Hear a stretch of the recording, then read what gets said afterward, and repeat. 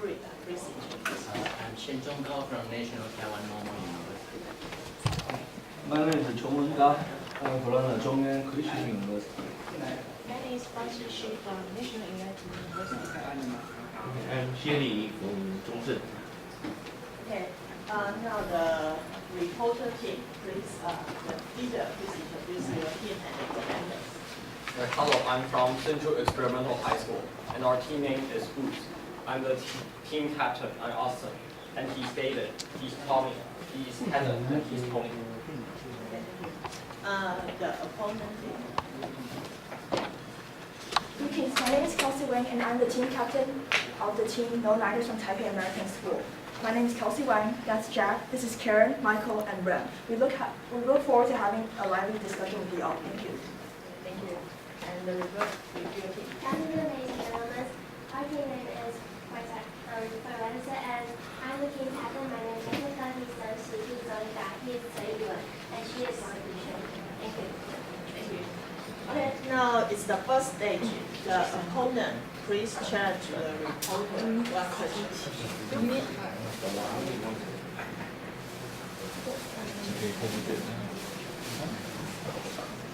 The available problem number is right there.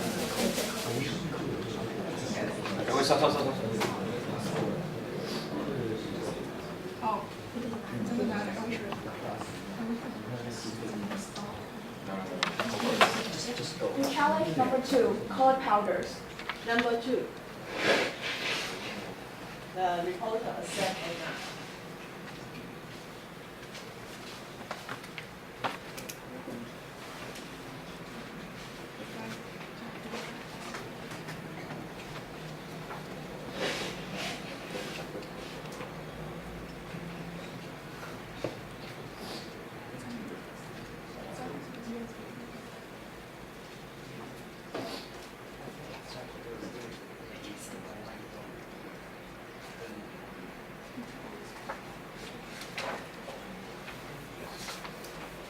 The reporter rejects the challenge. We challenge number 12, 3-point engine.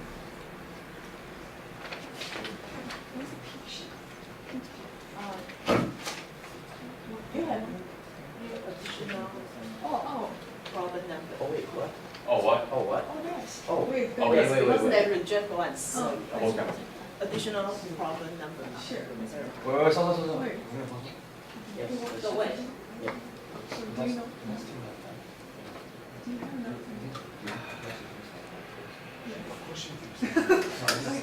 It's also compiled.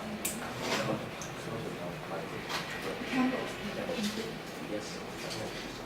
Okay, we will not write this up. No? Yes. It's available now. Yes, it's available. We oppose number 9, candles and water. Number 9.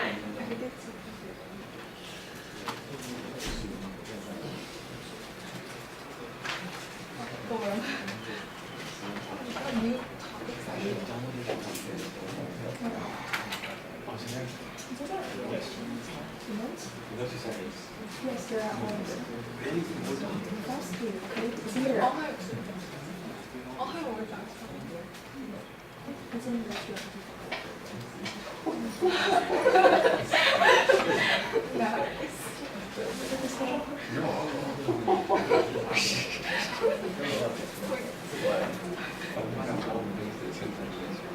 It's kind of unclear.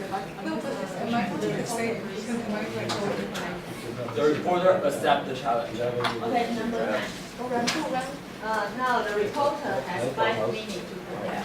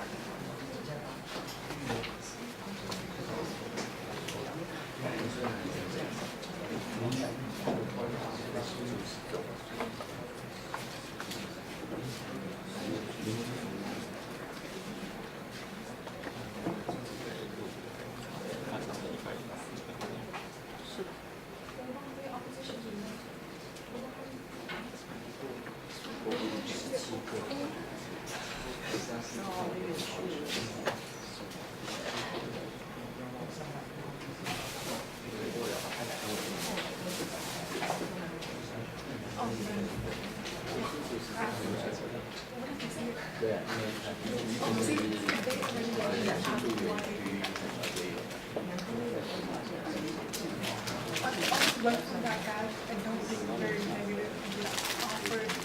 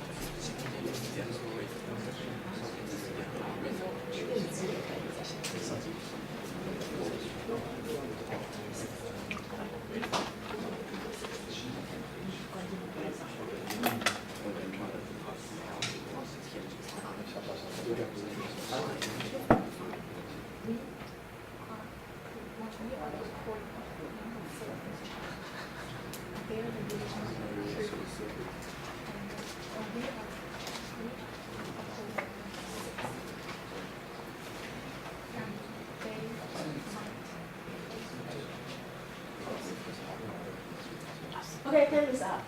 The reporter, please take the floor. So hello everyone, I'm from Team Oops. The problem I'm going to report now is candle and water. I'm reporter L-Oops蔡. And here's my outline. First, I'll show the problem statement of this problem. And second, I'll show my observation of this phenomenon. Then I will tell you what my theory model and how I calculate it. And then I will conduct some experiments to investigate in this phenomenon. And that's according to a theory and the experiment, I will give you some conclusion.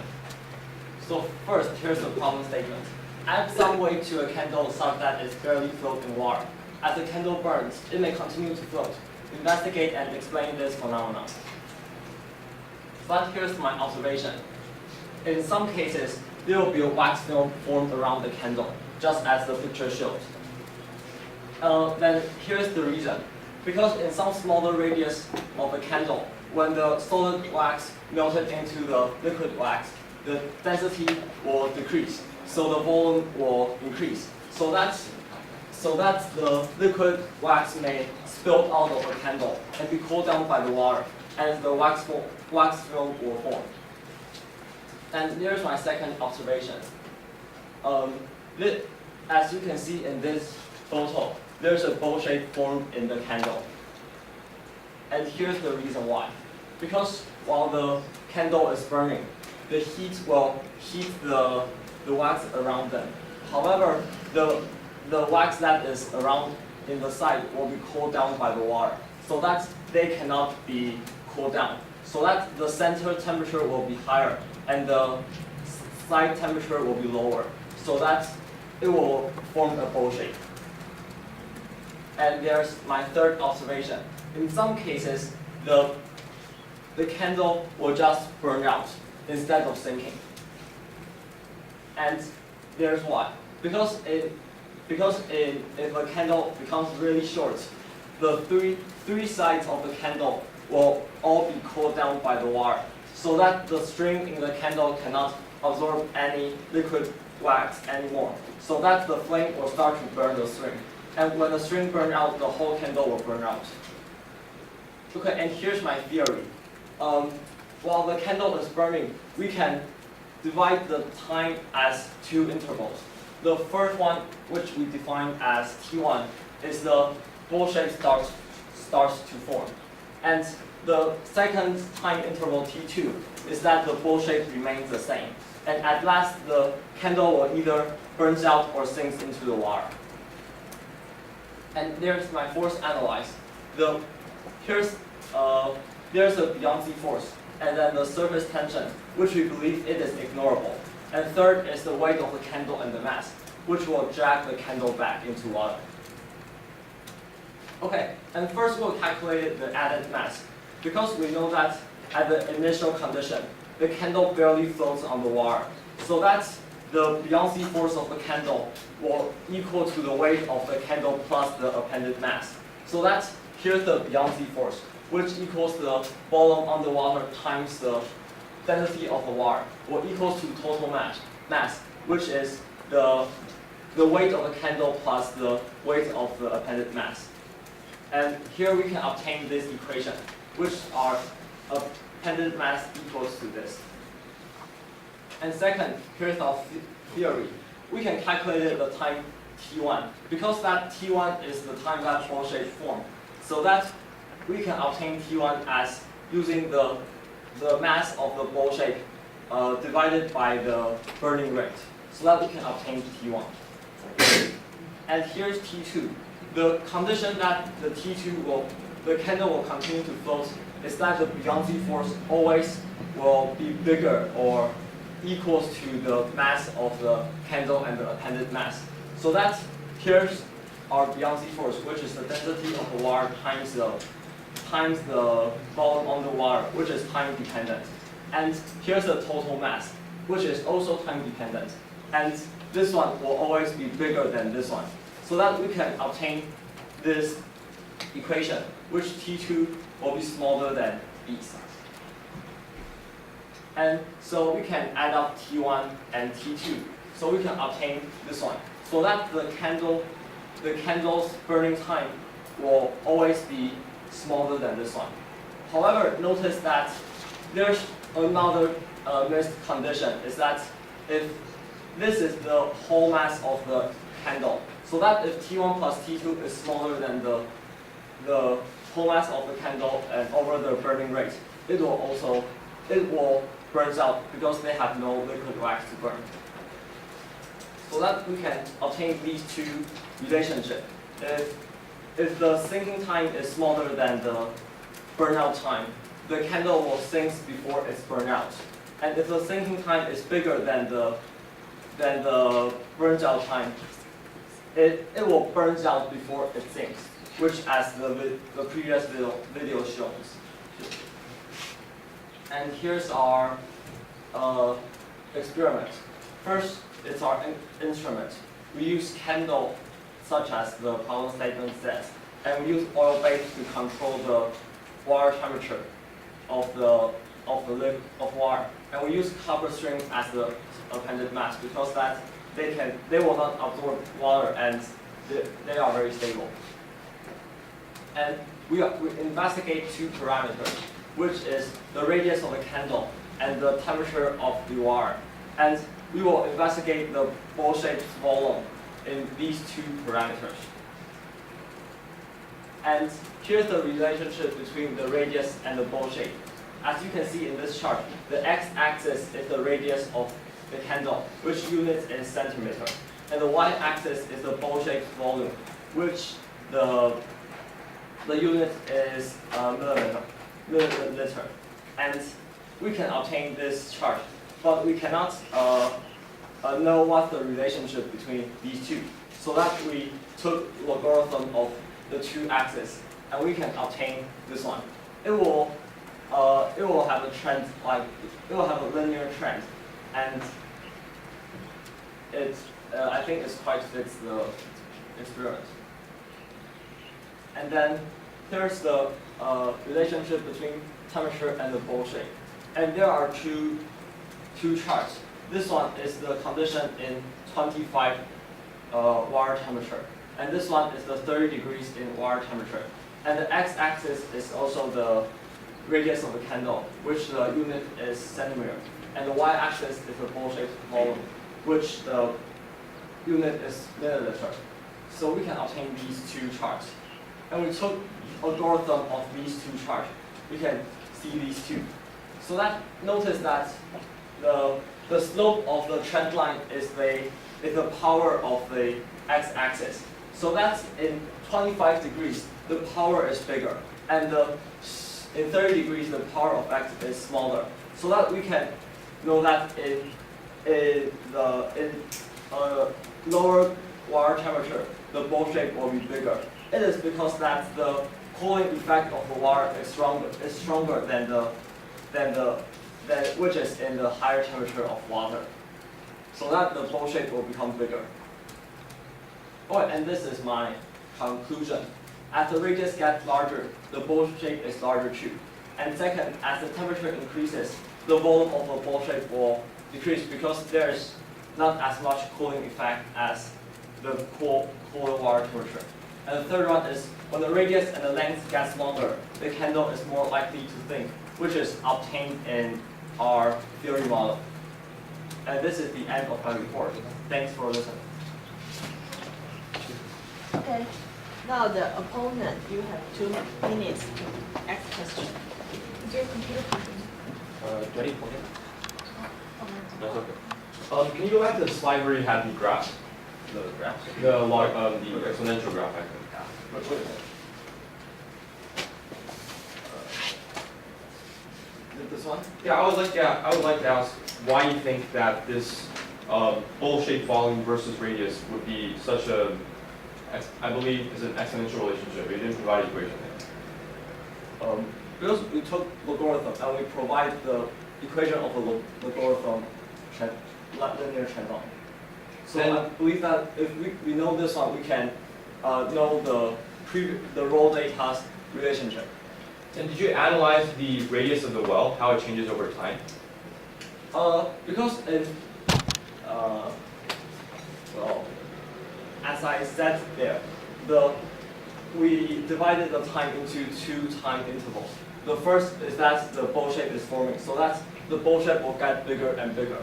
And the second is that the bowl shape remains the same volume. So that in our experiment, we measure this time of a bowl shape, so that the bowl shape's volume will stay the same. Okay, I agree with your approach. We also use the same approach for our own experiment. But could you elaborate how you determined that surface tension was negligible? Because I think that with the increasing initial radius of the candle, I think surface tension becomes larger. So how did you determine in your experiment that kind of thing? Should I talk in discussion or now? Sure, in the discussion is fine. Then finally, could you elaborate on in what situation did the wax overflow? The wax overflow? Yes. Well, situation. The condition is that the liquid wax is the volume is larger than the bowl shape of the candle. So Okay, it is. time is up. Now the opponent have 3 minutes to prepare.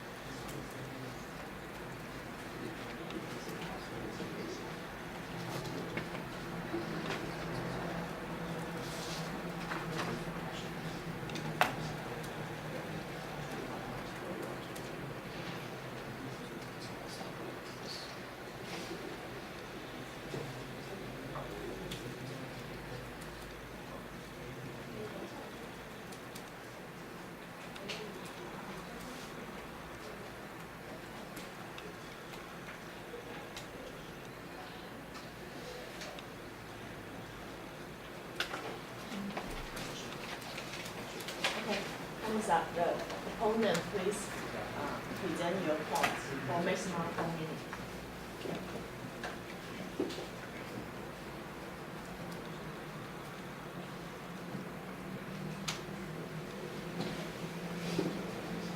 Good morning, my name is Rem, and I'm here to oppose finals and water.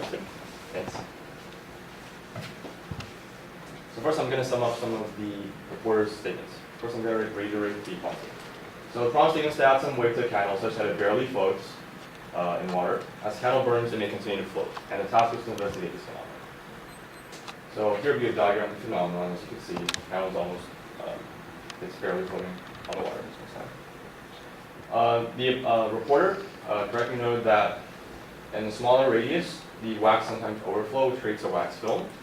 The reporter also noted that a bowl shape is formed in the candle, which is very significant in terms of how fast the candle burns, and that he concluded that the wax on the side will be cooled down by the water, and that is why the wax does not burn out into the water, and that the inside of the wax will be burnt and will not. The candle will burn out the end, so he argues that in this case, the candle will not sink because the other three sides will be cooled down by the water. So his theory was mainly based on two forces, buoyant force and gravitational force, in which he neglected surface tension. I think that this point may be arguable because in candles with large radius, there will be a larger force of surface tension. But I think that even in this case, the surface tension will be constant. So I think that his assumption has some validity there. basically what he did was he equated T equals density times volume over burning rate. He calculated the time in which the candle might sink or not, and he compared these two times to see whether the candle will sink or not. He put that if there's no more wax to burn, the candle burns out when it's floating. If sinking time is less than or equal to burning time, it will stay floating and vice versa. Next slide. In his experiment, he said that he used a candle, but I was not very sure about the material of the candle because I think that the material of the candle is also significant it's a significant variable in whether the candle stays floating or not. And I was not very sure on the use of an oil bath to control the temperature. Maybe you could elaborate on that a little bit in the discussion. He used a copper string as the appended mass, as stated in the problem statement, as very valid. And in his experiment, he investigated two parameters: the radius of the candle, how it affects the burning rate, and the temperature of the water. So in experimental results, he showed a positive correlation between bowl shape and the radius of the candle. And I believe that this showed an exponential equation. When he graphed the natural log of the bowl shape versus the radius of the candle, he argues that there is a linear relationship. Maybe we could talk about that more in the discussion to follow. In this case, he states that the cooling effect of the water is strong at higher temperature. But I think a problem with the experimental results was that there was not really error bars or an equation to fit the line, so I was not very sure about maybe how many trials he conducted or how closely his data actually fits the theory proposed. And so in his conclusion, he states that as the radius gets larger, the bowl shape is larger. So I think he maybe clarify on the, actually I think this point is okay. He clarifies that as the temperature of the water increases, the volume of the bowl, the radius of the well, decreases, and that the radius and the length of the candle is larger, then it's more likely to sink. Proceed to the discussion.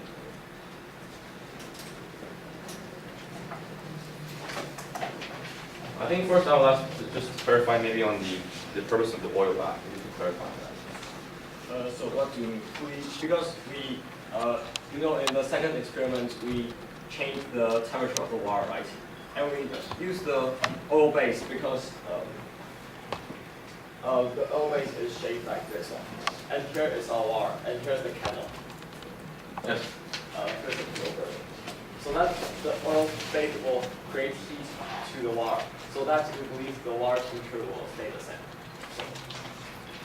Shouldn't the oil bath be cooling the temperature? Because as the candle burns, the temperature of the water will increase. So you'll need an oil bath to cool down the temperature of the water, so that the temperature of the water is the same. So do you think that the flame will increase the temperature of the water? Yes. Well, the report thinks that the flame of the heat of a flame will go into the air, so that it is spillover effect on the temperature of the water. Well, I think in considering heat transfer, I think you have to consider not just radiation or convection, we also have to consider conduction. And in this case, the heat of the flame goes to the side of the wax mold where it's melted by radiation or convection. But then there's a conduction from the wax mold to the water. And actually, I believe that the lesser the radius of the candle, the more this conduction is significant. So I think the temperature of the water does change. And I think maybe you need to control for that variable in your experiment. Okay. Can I also see the graph of, I think something is to note that to verify the buoyant force versus gravitational force, which is Archimedes' principle, I think you might have to have graphs of matching over time. I think that will more certainly verify your theory. Like maybe you have that, or indirectly maybe you have You mean that. the burning rate? You mean the burning rate of the candle, right? No, it's simply just the buoyancy of the candle, like how much it floats. Because as you know, as the candle burns, the volume decreases, the height of the candle underwater decreases, and as a result, the mass decreases. And then the force, the upward and downward forces, they become less and less, so they still balance each other out. So I think maybe there could be a graph to show that relationship. Oh. Maybe that would be. Yeah, so we can obtain that in this equation, but sorry, I didn't put that graph on. Could you elaborate a little bit on how you came to this conclusion in your equations? What do you mean? Like, what was your rationale for deriving this equation? Like, what reason? Like, how did you decide that you want to use the based on Based on because we see that the candle is floating, right? Yes. So the buoyancy force will always be bigger than the weight of the candle and the appended mass. Well, actually, buoyancy force will be equal to the mass. Yes, but we're solving the condition, so it will be larger. Do you agree? Well, the buoyant force will always be equal to the weight that the candle inside the water displaces, right? Yeah. So I'm not sure what you're arguing here, because So actually, the purpose of this equation is just solving the boundary condition of T2. and T2 will be the sinking time number. Yes, the sinking time. And can I go back to the previous slide for T1? T1 equals QC. Can you elaborate a little bit on what you altered from T1 to T2 to obtain that improvement? Well, as you can see in this one, in my theory, T1 is that the bowl shape is forming, and this T2 is that the bowl shape stays the same. Yes. So that we can know that in T1, the bowl shape will become bigger and bigger, and in T2, that the bowl shape will stay the same, but the height will become smaller and smaller, the length of the candle. So in your consideration, I think other than your very good consideration at the time, I think that the flame intensity is also important consideration. So how did you account for the flame intensity? Or rather, in your testing different radiuses of candles, did the intensity of the flame change over time? And did that affect the results? What do you mean by flame intensity? Basically, how fast the heat is transferred from the wax wall to the water, which reflects the heat intensity, the flame intensity.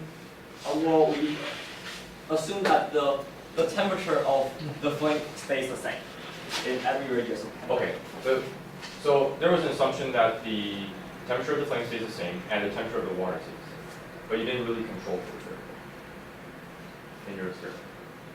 Yeah, I use oil bake to control that. Well, yes, but the oil bath doesn't cool down the temperature of the water, right? Because the temperature of the water is a positive linear relationship based on my own experiment. It's a positive linear relationship. So you're going to have a positive, negative linear decrease in the water temperature to control for the temperature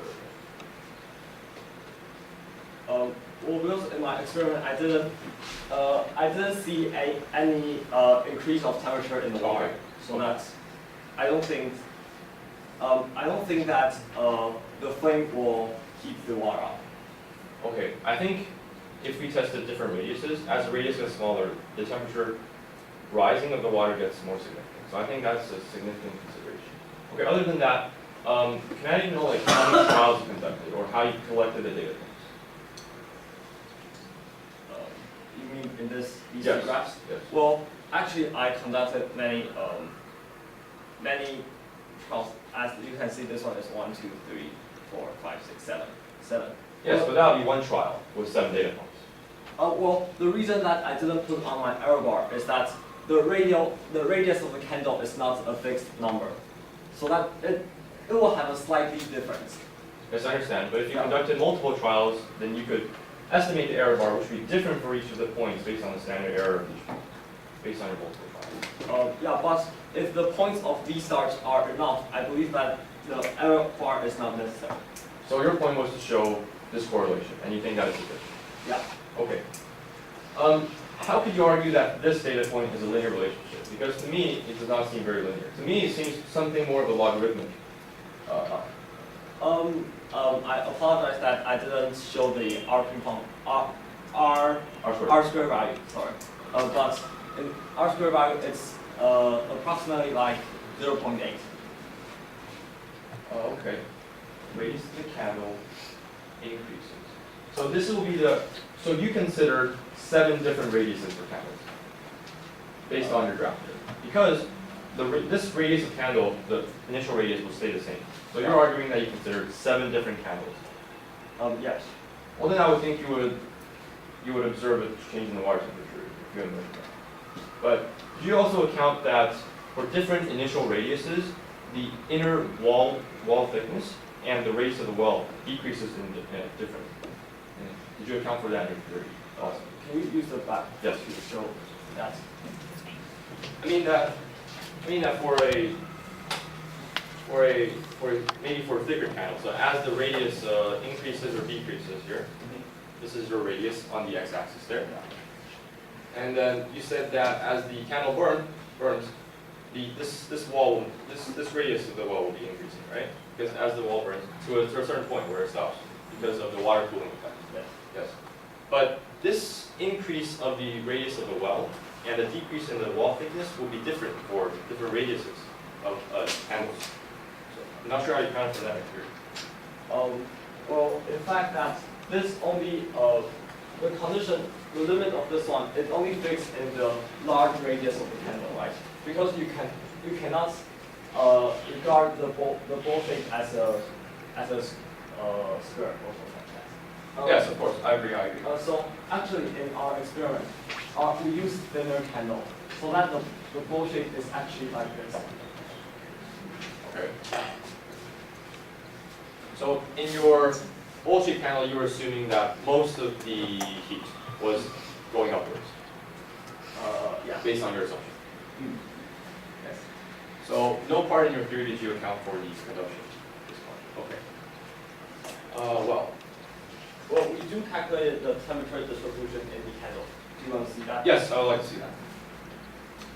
Well, we use Fourier's law to obtain this one. This is the Fourier's law in the cylindrical coordinates. Well, can I see, is there a possible graph for this that will correspond with the data points you collected? Well, there's not a graph. This is just a calculation. The temperature distribution will be like this. So based on your theory, this will be the temperature distribution, which we could find in Fourier's law. Yeah, but you didn't have any data points to back up. Well, actually, because this equation is really complicated, and as you can see, there's infinity sigma. So that it is really hard to draw that in graph. So that we can just show you this one. The opponent really summarized the discussion. I think to sum up the discussion, I think the reporter did a very good job of analyzing floating and sinking. So in his mathematical consideration, he gave a very clear equation on when the candle will float and the candle will sink. So that was a good consideration of the problem statement. But I think what we more elaborate on is maybe a more qualitative reason of why the candle will burn, candle will sink or candle will float instead of just relying on math. I think that a central point was also that he assumed most of the heat went upwards instead of the temperature of the water. So I think not accounting for the temperature change in the water was a major factor, and maybe considering and maybe contributing to some of the errors in these graphs. And I think that some of the graphs, maybe there's a nonlinear relationship, but he analyzed it as a linear relationship as such. Thank you. Okay. The reviewer, you have 3 minutes for the question. Thanks for the reporter and opponent, both of you. I have a few questions. And so first, what do you think the main reason of this phenomenon? So first, the reporter. So what do you mean the reason? The main reason that caused the water flow when it's burning. The water. Oh, you mean the candle flow? The candle flow. Sorry. The main reason, like buoyancy, or like buoyancy from the I believe it's the buoyancy from the candle. Okay, and also it's the sun. Okay. Piano. I concur with the reporter in that buoyant force is most consideration. So, but buoyant force is also somewhat affected by the density of the water itself, which is affected by the temperature of the water. I think that's important consideration. Okay, so can the reporter tell me, did you measure the density of the candle? Did you measure that? To get it into your equation. Well, we didn't show that in our slides, but okay, so you did calculate that. You did measure that. We know the density of okay. But we didn't show that in the slide. Okay. And so first,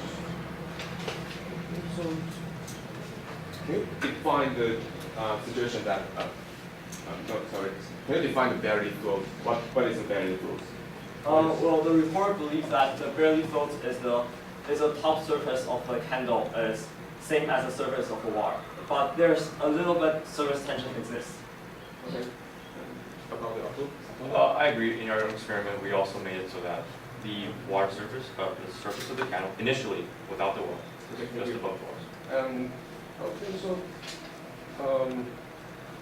So of the opponent, you asked about the oil bath that may affect the water temperature. So can you just briefly tell me how will it affect them?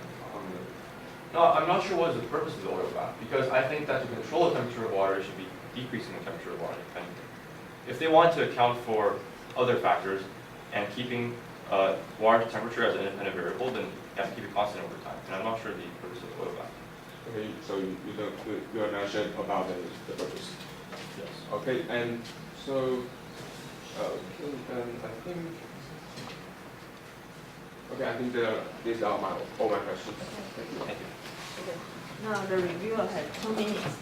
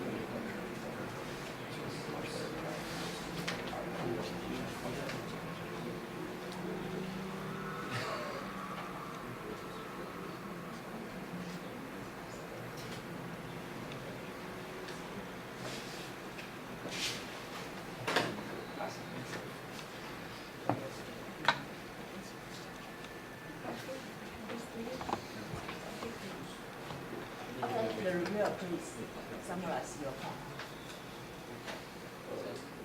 Okay, so hello everyone, I'm the reviewer for these problems, handling water, and I'm from team D-FoInReScTe.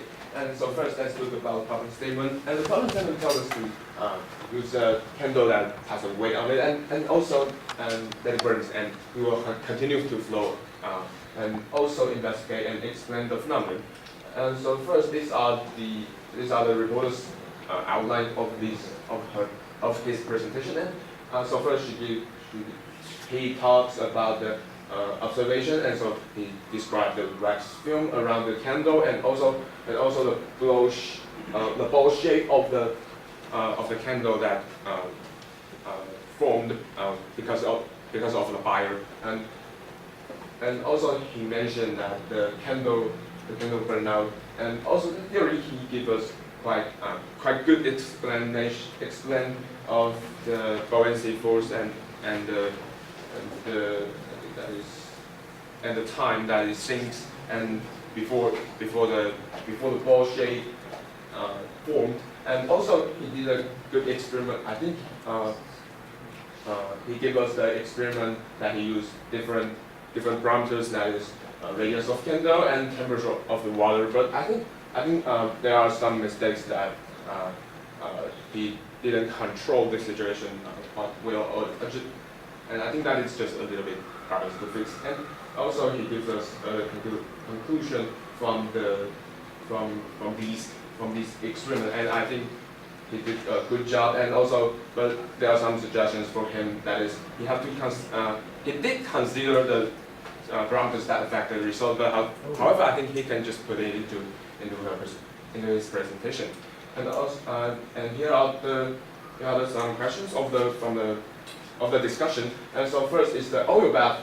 The opponent asked about the purpose of the oil bath, and I think he did they both did a quite good job, and also I think the opponent also considered the temperature of the water, and also between the oil bath. And second is what is the condition of the liquid wax overflow? I think because of the time we didn't hear the reporter's answer. I think he can give us answer if he wants.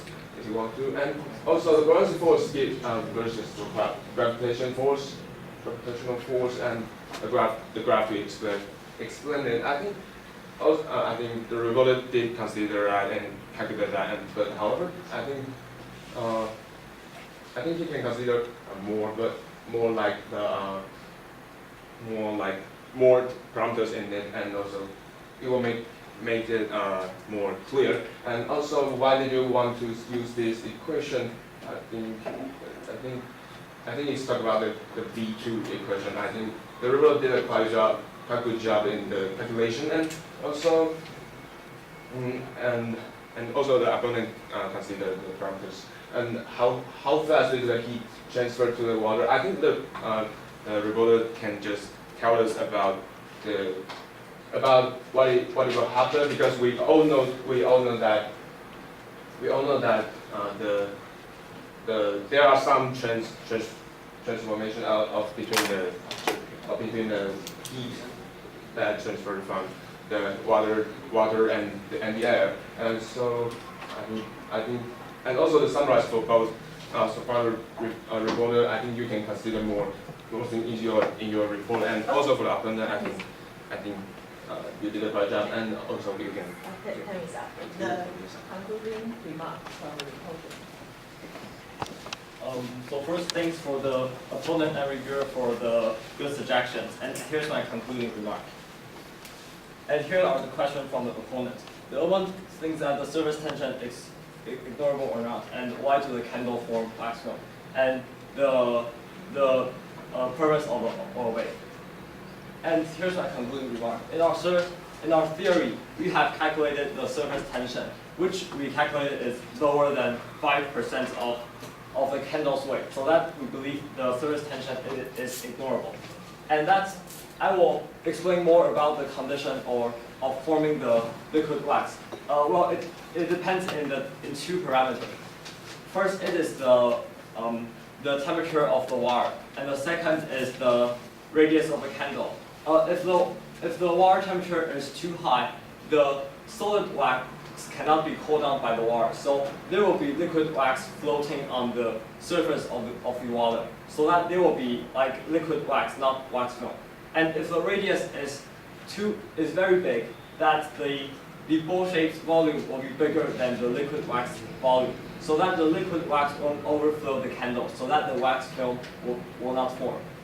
And the opponent also believes that the heat of the flame will affect the temperature of the wire. But in our experiment, we believe that the heat of the flame does not play an important role in the temperature of the wire. However, the heat of the ball shape overweights the impact of the flame. Okay, and here's my concluding remark. Thank you. Okay. Any questions from the jury? This is my first time to visit to this part, so I've got a lot of questions. First question is whether, if the candle is not burning, will the candle float on the water? My answer is yes. Yes. Then, what's the purpose you have to wire the copper on the candle? I can answer it. There are two purposes of the appended mass. The first is that we all know that the density of the wax is smaller than the wire. So if Let's assume first the simple things, not burning the candle. Yes, okay? I'm not talking about it. Let's consider the initial condition clearly, then we can see what's going on. But I think you missed the initial condition. Clarify it. Okay. The initial condition is that the candle barely floats. So we have to add only little volume with more mass. So we have to make. Without the volume to change all the things, the amount of the copper on the candle, would that change the whole thing? It will change the density of the whole system. I agree. Have you ever considered that? The other thing is the length of the candle, would that change the whole thing? Oh, sorry. The length of the candle, would that change the whole thing? Because that would the mass with adding the copper, that would decide how much the length of the floating on above the water, right? Have you ever measured it?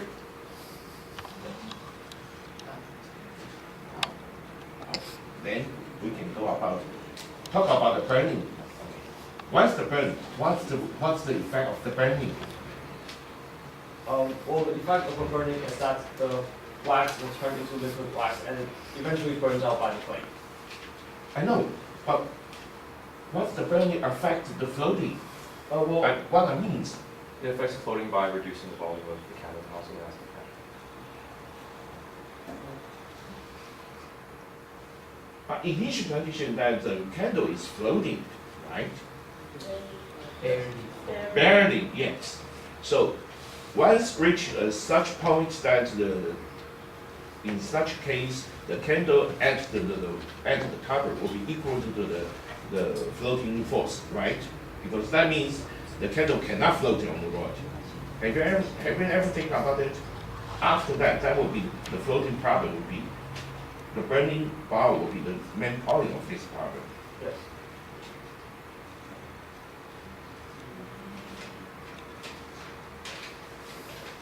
Have you ever considered that? Well, I think the opponent kind of addressed that. I think that he reasoned through that using cooling on all sides of the candle. Yeah. But somehow that's the time after that time, that would be the problem of the floating, the bow will be decided by the floating will be decided by the bow, the shape of the bow, right? Yes. The other thing is, I think at the beginning of burning, the candle should be sinking. Once floating above the load, then once the burn, since the candle will be going down, then the candle will be sinking to the point that will reach the equilibrium position. Is that the phenomena you have observed? I think that I think that is very important. And also, from this sentence, I can get what you mean for we have to put a little bit length above the water. So Yes. that is because we have to make enough time to make the bowl Yes. to form. And also, I think we have considered that. Have you? we consider that. And I think in changing density, mass and volume, the mass changes first. The mass of the candle changes first, and then the volume changes. So that's why the candle stays fairly floating. And the decrease of mass over volume is a linear relationship. Yes. I thought, Okay, any other question? I just have a short question for the reporter. Could you show us the graph that you have a radius versus the bowl shape? It seems to me that the data points on the left and right graph are different. Could you explain why? Well, actually, because there are many data points on this point, because the radius of the candle is very close to each other. But then, if they are all more or less coincidence, how come they become different on the right-hand side? Because we took the logarithm of the x-axis and y-axis. I mean, if the original value is very close to each other, then after you take the logarithm, they should also coincide, right? Oh, right. Well, as you can see here, it's very close to each other too. Yeah, but there are many more other data points. Also, the other data points are like this one, this one, and this one, and this one. No, I don't think so. Okay, time's up. So the jury, please prepare the scope.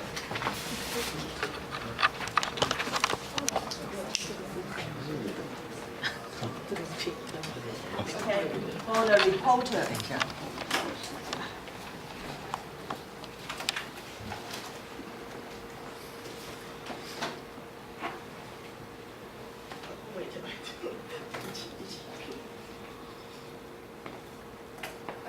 for the reporter, the point is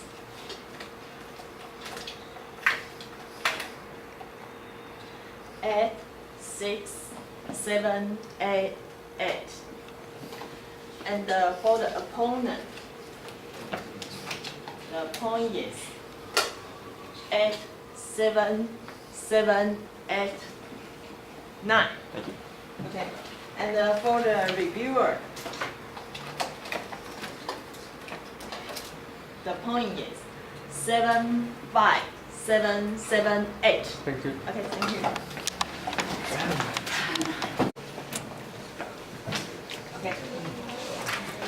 Now let's continue this section. The opponent team please challenge the reporter for the problem.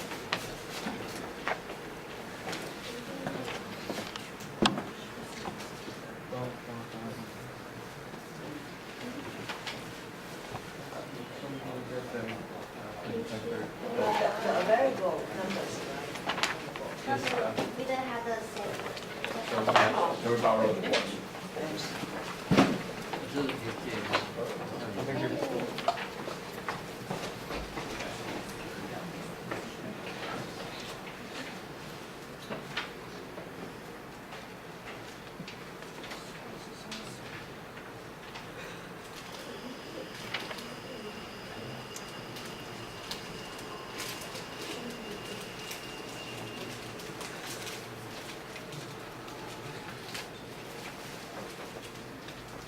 Challenge number 13, weighing time. We reject that. We reject that. 13. Okay, 13. Okay. 13 weighing. 13. Yeah. Weighing time. Yeah, right there. You should accept. No, they have done it. Oh, okay. Yeah, we already rejected. No, they already presented on. Oh, you can do that. You Okay, can. got it. Can they? You can present it on when. I see the variable number. Okay, it's there somewhere. Have you ever done this one? They have presented on. I think she mean the rules of the problem, and I think that they just opened. Yeah.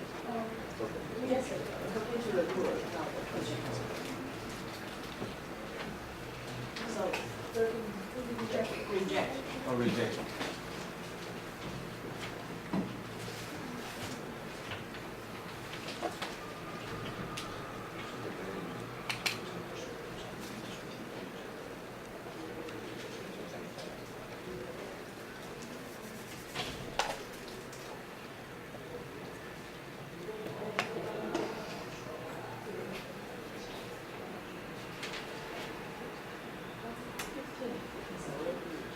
No, 13. Oh, 13. Oh.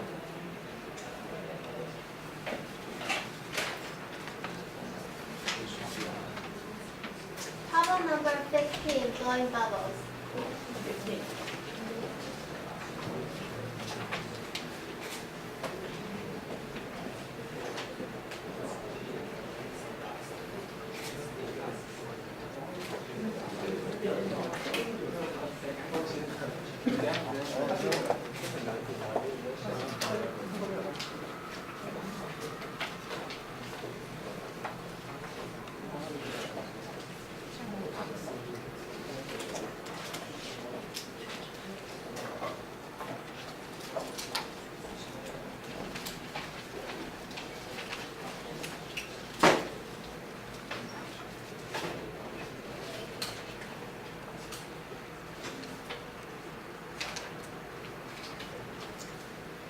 We reject number 15, blowing bubbles.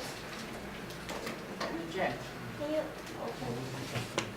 But we put additional variable about it.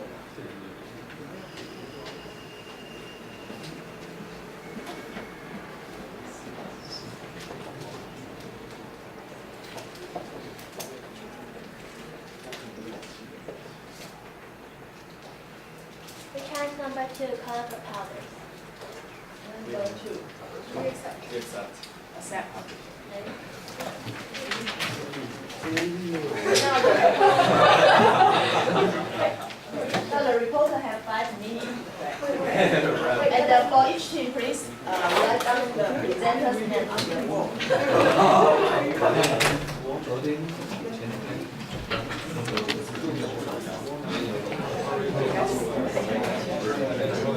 到第二题。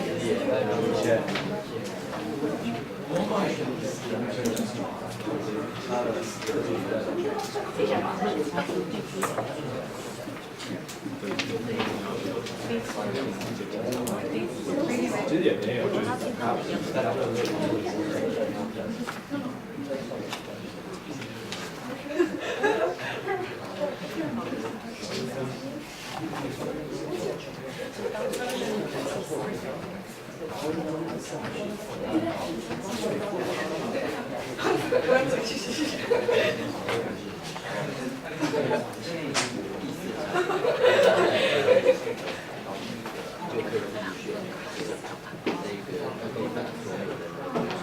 下午的话，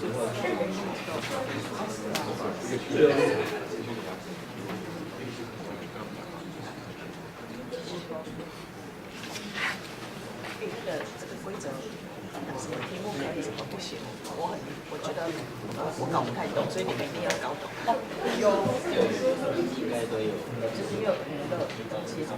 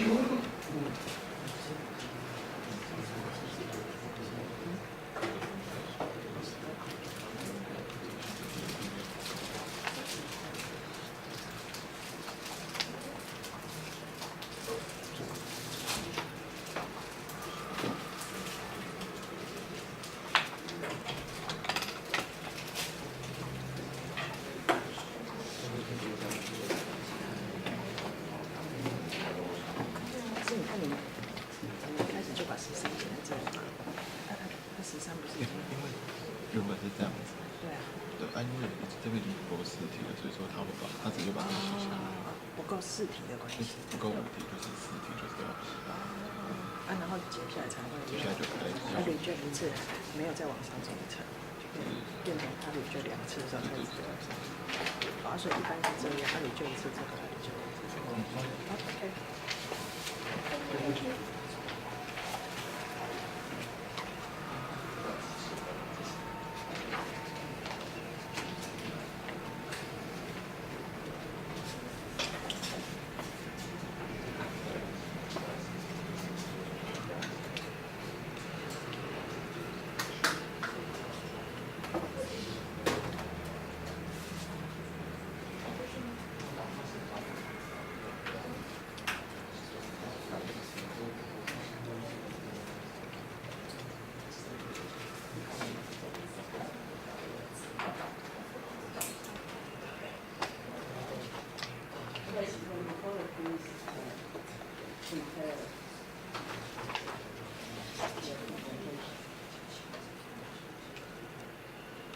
Okay, time is up. The reporter, please take the floor. Hello everyone, my name is Michael Lee from Taipei American School Niters team, and today I'll present on topic number 2, color powders. So this is my table of contents. First, I'll discuss the problem and present my hypothesis, initial observation pre-experiment, and build a theory based on scientific intuition, give my model, and talk about our experimentation, and discussion based on results of our experimentation, and present the conclusion. So this is a problem statement.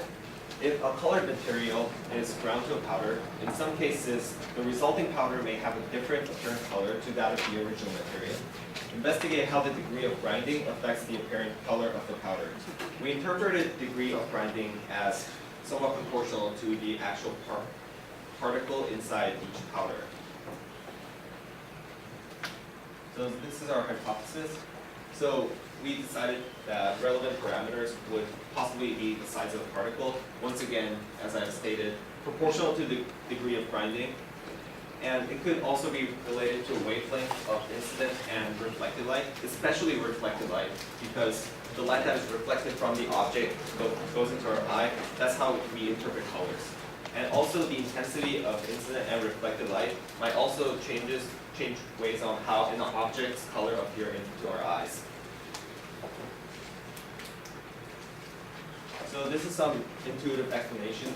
So every object has selective absorption and reflection of light, and therefore objects' colors are a reflection of light of certain wavelength, so a specific wavelength range, And for this tomato right here, only red light is reflected, and all the other lights of different wavelength are absorbed. That's why it appears red.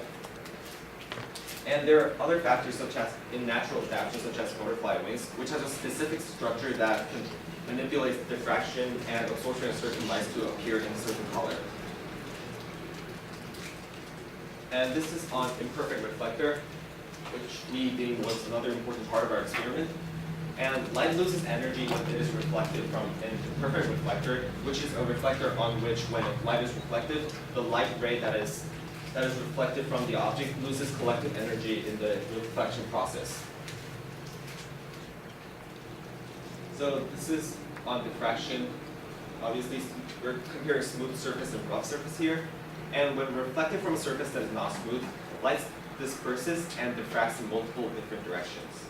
So although in smooth surface, incident ray and reflected ray has same angle of incidence and reflection, in rough surface it is not the case, and the reflected light is reflected in multiple different angles. So this was our initial setup. The material that we were testing on was potassium ferrocyanide, and we supersaturated it into solution and crystallized it, and braided this crystal into powder using mortar and pestle, so that radius of each particle would have a large range and would be as small as possible. And we poured these crystal particles into four different sieves, each with hole diameter of 1 millimeter, so 1,000 micrometer, 500 micrometer, 250, and 125.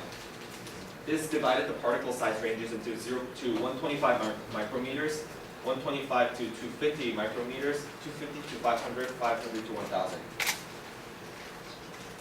So some of our initial observations. So these were the weighing boats, aka containers that we divided the particles into.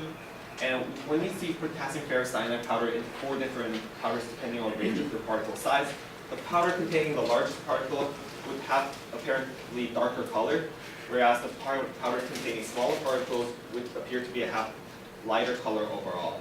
And since all powders were purely of same compound, I concluded that the difference was largely due to the intensity of light. So some variables we'd like to define. Since the powder was translucent, so we decided that there is diffraction happening, and some of the light is reflected from here. And this was the radius. We treated the particle as if it was a sphere, and this was the initial energy of the light that came in, and this was the final energy, so the change in light. I intensity reflected light, so delta E was the loss of energy of light in the reflection process, and R was the radius of powder, which determined which was relevant to each particle's powder size. So our first part of our theory, since light loses energy when it enters a semi-transparent medium and a reflected from surface, same as our particle, which is an imperfect reflector. And for this reason, larger radius would cause greater energy loss for a light ray that enters the powder particle and leaves it in the opposite direction. Intensity is proportional to energy, so smaller radii would result in larger intensity for reflected light. And the second part of our theory was based on inverse square law. And if the same energy of light is shown on powder and is reflected from it, then the larger radius of powder would result in smaller intensity of light under the equal energy of light.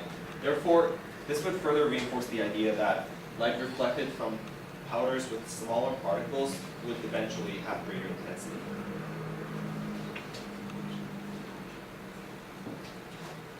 So this was our experimental setup.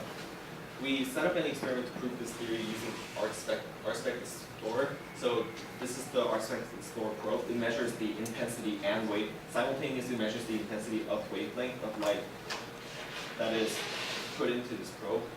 And I folded a large chunk of non-reflective paper into the box and placed a large quantity of powder inside the box. And I poked a hole of radius of 1 centimeter on a non-reflective piece of paper and shone light on it. So the light would enter the box and it would be reflected from the powder leading into this hole where I set the probe and connected it to the laptop in order to measure the wavelength and intensity. I placed a slit as well here, although it was not drawn on this diagram, in order to limit the amount of light that is going into the probe. So this was the result of the experiment. So this was for 500 to 1000, and this measures the intensity of light and the wavelength of light. And since our particle is largely red, we especially focus on the wavelength of light between 600 and 650, which is the wavelength of red light.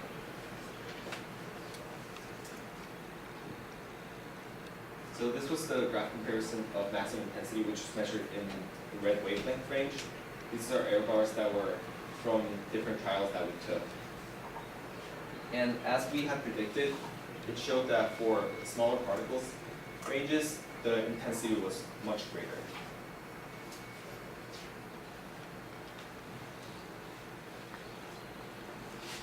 So our discussion, shown from the maximum intensity and considering the error bars, my experiment returned results in accordance to both my initial theories. And there are still imperfections because the powder has such a rough surface and unpredictable range of the particles traveling. It will result in possibly different directions of the light rays, some of which will not have traveled the same distance that I wanted for all 4 ranges. So our conclusion, we eventually succeeded in proving and modeling the change in color powders that is caused by intensity difference and particle size differences, and which comes by a variety of parameters including radius and area. We could possibly modify or set more experiments to account for other reasons such as wavelengths or changes in colors, or possibly using different compounds and see what happens when we use different compounds, the intensity of reflected light. Thank you.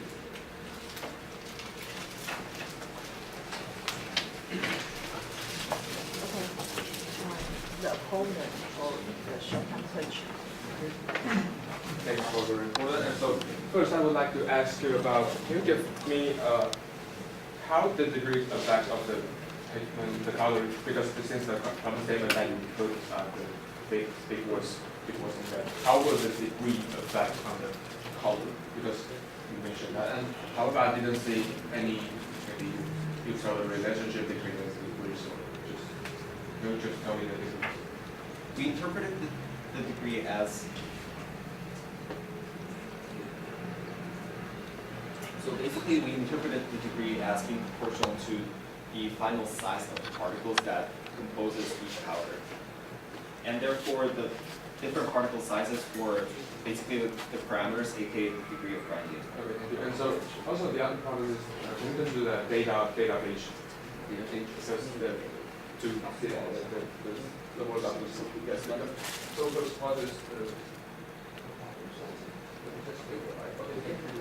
so Can you tell me what is the relationship between what you want to show?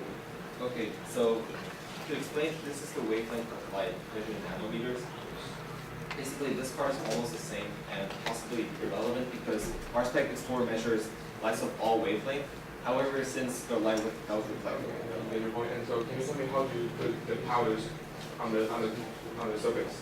How do you do that in your experiment? Is that a cone or just a? We try to spread it out as much as possible. So, okay, so they still have maybe a little thickness or just a cone shape. Does it? We actually made it so that it will have a flat shape. So flat shape. Okay, thank you. And can I ask you that? Oh, my problem. Okay, the opponent has 3 minutes to prepare.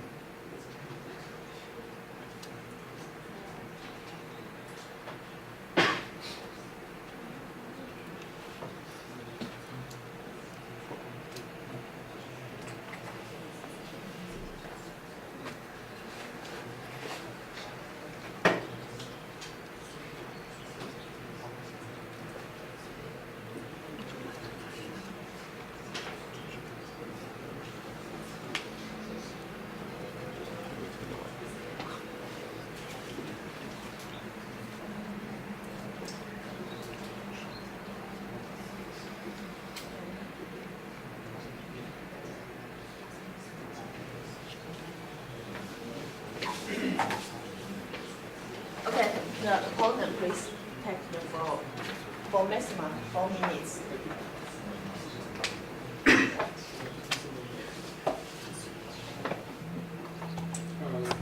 So, thank you everyone. The opponent for the problem number 2, color powders. And so first let's talk about problem statement. If the problem statement tells us to use a colored material and then ground it into the powder, and in some cases that the resulting powder may have different color, and that is different with the original material. And investigate how the degree of the grinding affects the apparent color and of the powder. And I think we should focus on the degree of the grindings and the color.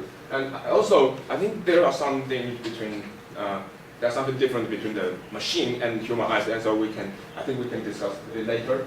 And so also for reporter's presentation, so first he starts he started from a hypothesis. He assumed that the size of the particle will have the proportional relationship between the maybe the wavelength or just the proportional relationship between the color that we see and also the wavelength and the intensity of the incident and the reflected light. And so I was wondering if his hypothesis can be more specific and also compare with the result that he got from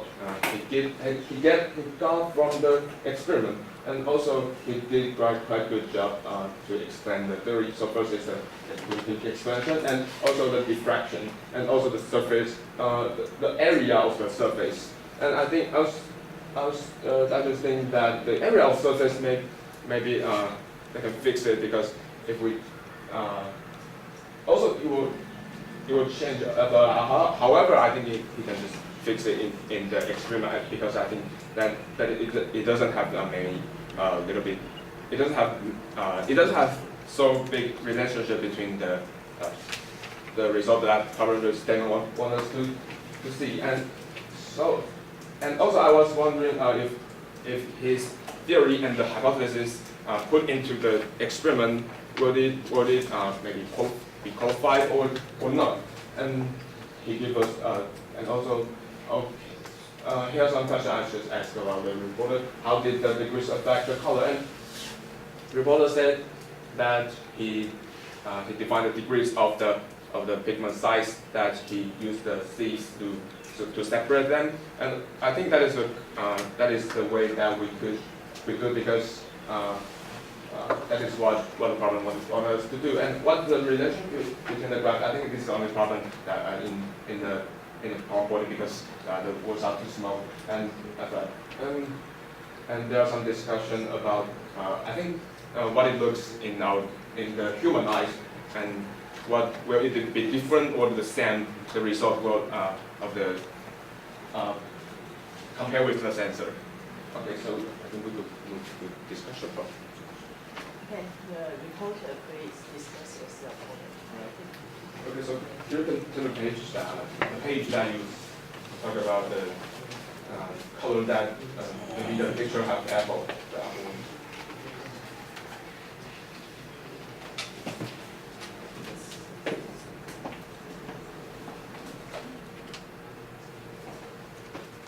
So this is made by the way. Oh, sorry. Okay, so can I ask you a problem that is, how do you know that there's maybe red and blue and green, these three colors like are that we have to make, that makes the color. So how? We just explain the color that we see. So the light that, so the sun sends various wavelengths of light.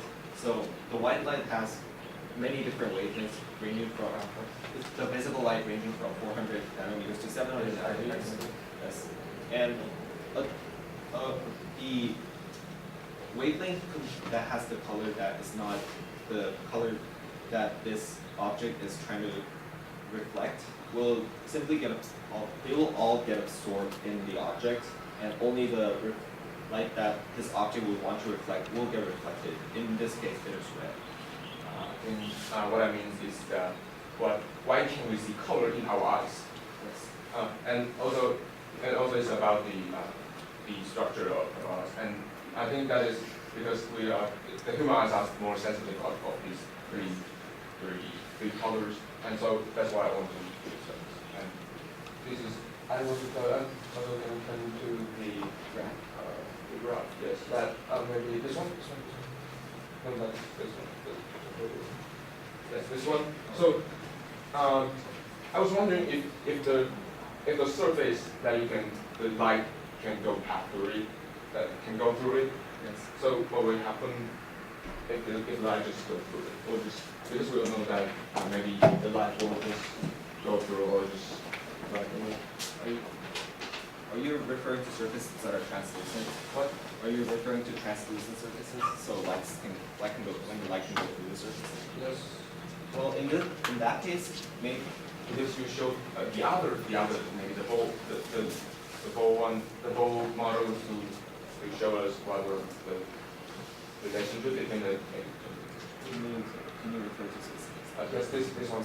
Yeah, so we can see that the light reflects right here, but how about it just goes through it, and so can you explain if the surface the light can maybe travel over it? So yeah, I get your question. So it's different for each material. However, the material that we're using was potassium ferrocyanide powders, which is translucent, meaning that light can go through or can be reflected. Okay, so I was wondering, will there have some maybe the other reasons that make the light maybe travel to the other direction? So I was wondering, well, there are the other reasons that make it travel to the other direction. Yeah, You mean reflection? Maybe kind of, or just maybe like scattering, or just kind of There's actually a component called reflectivity for each material. It measures how well you can reflect light and how it goes through light. Okay, I agree with your point, and also, okay, so, we'll do next page. Okay, so, can you just briefly explain? Does it looks the same if we put this situation into optimize? Okay, so I feel like, have you ever considered that? Because of the small numbers, I feel like many people could see what the graph is referring to. So the x-axis is the wavelength of light for between 0 and 800 nanometers, and the y-axis refers to intensity of light that is coming in. And so for each wavelength, it has different intensity for the 4 different ranges of particle sizes that compose the powders. So these 4 graphs are for different parameters. What parameters? The parameters are the sizes of the particles. Okay, and I was wondering, what I mean is, if you put these in optimize, also the powders, or just the data into, and then make some calculation, and also into just put it into maybe like so the difference between the probe and the humanized. Yes. We used the probe because we felt like it would be very different. It would have the most objective evidence on how the color is shown into our eyes. And for humanized, because each person interprets colors differently, we decided that the most empirical way to do it was to use this probe. And also I was wondering if you mean that which part of the light that we can see, because you just said that maybe some part that we can see. Oh yeah, we mainly focus on the wavelength measurement between x equals 600 and 650, because that's the wavelength of red light that is reflected from this part is objects. this part we just no. Yeah, this part is pretty much negligible. The probe itself Okay, matters. So there are some points about the colors that improvise that. So the color that comes to our eyes is not only the only wavelength. It is a range. So I think that is the explanation of this. But we have a little bit mistake. And also. So are you talking about the color situation itself? No, I'm just talking about this schedule. Okay, let's forget about it, and then turns to the maybe the third part. It's about the. Okay, so how do you calculate the error bars? Oh, the error bars were actually it's not what they did, but they were the variances from the different trials that we did. Okay, and also in your experiment, how do you put your how do you make sure that every area or just every angles and the shape of the powers constant? So I have stated previously that I try to scatter the colors as flat as possible on the surface, which light reflect. How do you Scatter them like so just make sure it is as flat as possible, because when it's scattered like this, and when you look into this, there will be many different particles, and when light comes in here, it will be diffracted, reflected, and many different colors may happen. So I was wondering, how do you make sure that every time in your experiment, or say oral exam, every time? Well, first we made sure that each sample from different sizes had the same mass, so we try to equalize the quantity that was put in here, and just scattered it around and made sure that they were at specific height. Okay, thank you. And so what is the maybe it was just say on the top, what would it just look like, or just it looks like a rectangle, or just a circle, or just square? Well, we use, like I said, we use ruler and pencil in order to write out the parts to specific sizes. So we theorized that it was likely going to be near a sphere, or actually, honestly, because the point is that the light goes in and is reflected, we felt that shapes were not as important as other parameters. Okay, it won't sizes. Okay, and so please turn to the page that you put that circle about the reflection. The theory about that. Just this one. So I was wondering if in the ideal situation that the particle size might act like a circle. So what if we just put it into the real situation? Real situation. So you're talking about circle as an ideal situation, is that correct? Yes. Okay. So like I said, in real situation, the powers would have different sizes that are possibly more closer to or square or hexagon or different sizes with near 90 degrees angles on one side. However, this would not change the fact that the light comes in and reflects, and that was what we were trying to observe. What I mean if we put it into the real situation, maybe the intensity or just the intensity or the wavelength, the amount that will change the intensity. It will likely not change because regardless of its shapes, the particle diameter ranges will stay the same. So it will change something. Yes. But however, I think in real situation, maybe the material side, the shape of the material will be just. Okay, time is up. Oh, sorry. The opponent please summarize the discussion. Okay, so first, thanks for the report, and also I would like to summarize for the human eyes part, because in the real situation that human eyes might see the color that reflect from the object, and also it's the mixture from each three lights, and also I think the reporter should put his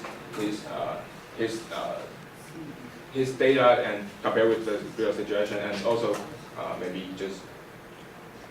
just tell us what it looks in our eyes, and these are all my summaries. Thank you. The reviewer, you can have 3 minutes to ask questions. So hello everyone, I'm the reviewer for this time. So as the problem statement says, the colored material, you have to grind the colored material. So for the reporter and the opponent, how do you define color? We define color as the what we perceive as the reflected light, and its wavelength intensity, and its other variables of the light that is reflected from the object. So it's the light intensity of each wavelength. You mean that? Yes. Okay, and for the opponent, how do you do it? Do you mean the color? What is that color? Yes, what is color? Okay, I think that is just as the reporter said, that is what we see from the reflection and just go into our eyes. Okay, and the color statement also says that there should be apparent color. So how can you prove that your data is apparent color? Apparent color difference.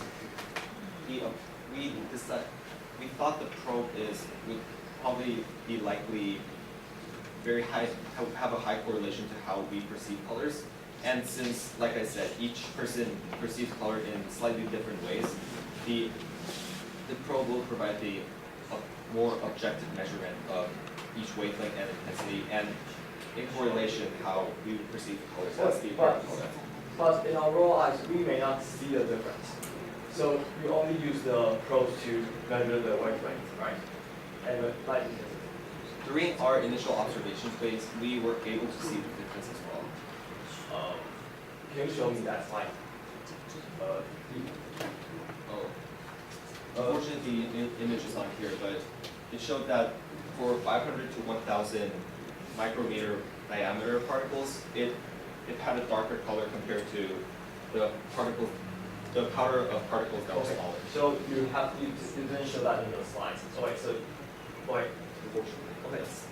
It's okay. And for the report again, and why do you use that? Why do you use the material? Why do you choose that material? Potassium ferrocyanide. Yeah. Why do you choose that? Can you explain briefly? Well, it was a particle that was pretty easy to crystallize, and it was translucent, meaning that we could more easily observe it. Okay, so do you think different material will affect the color difference? Yes, possibly. So the okay, so this is my end of the question. Okay, now the reviewer have the 2 minutes to prepare your summary.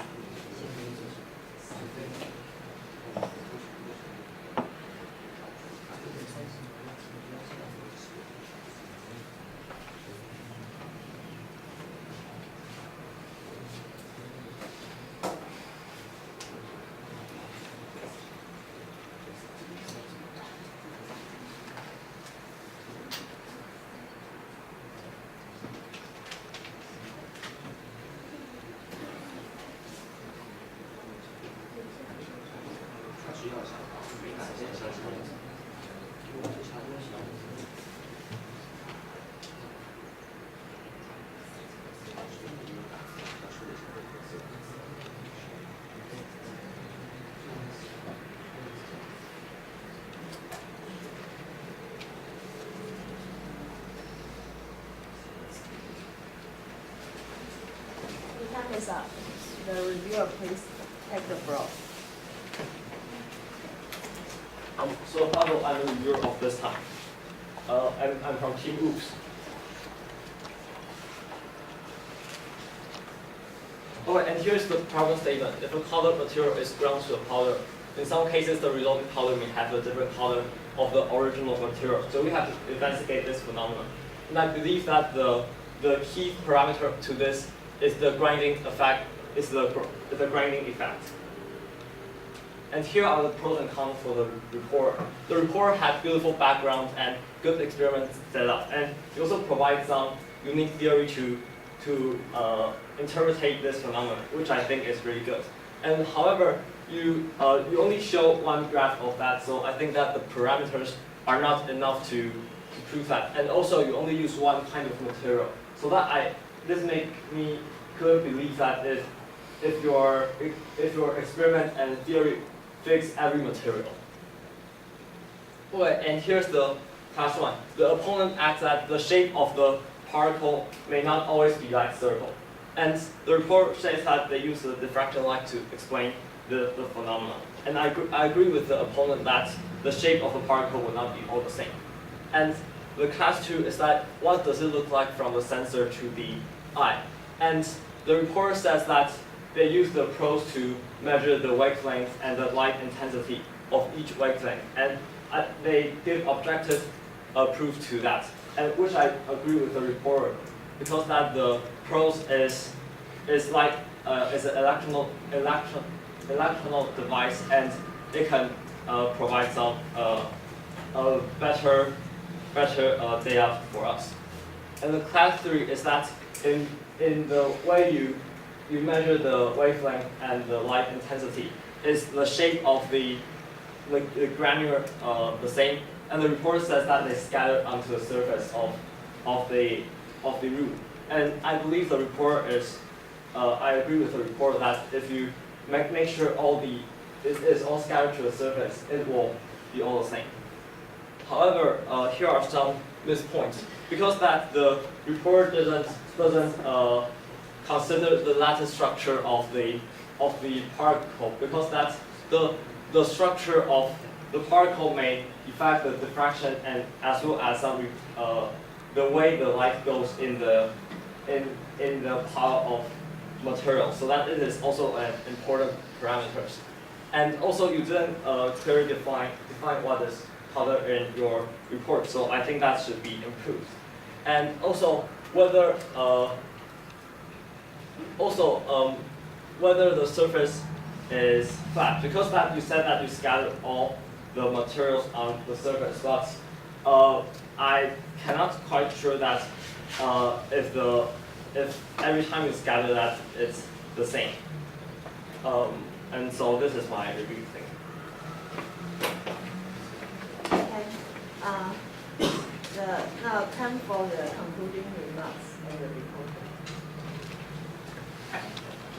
So we first like to thank the opponent and the reviewer for providing really good points regarding our experimentation. So, but we would like to first explain on some points they brought up. So we would like to first define what color is.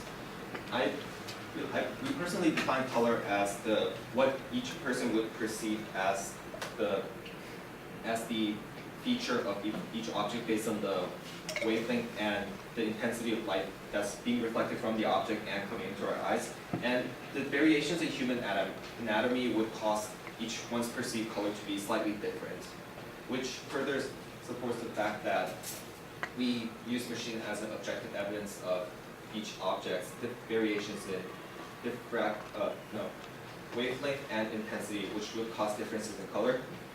And the reviewer brought up a good point about how different material might cause different results in our theory. I personally believe that it wouldn't cause that much differences in terms of the correlation and the fact that the smaller particles would yield brighter intensity. And also,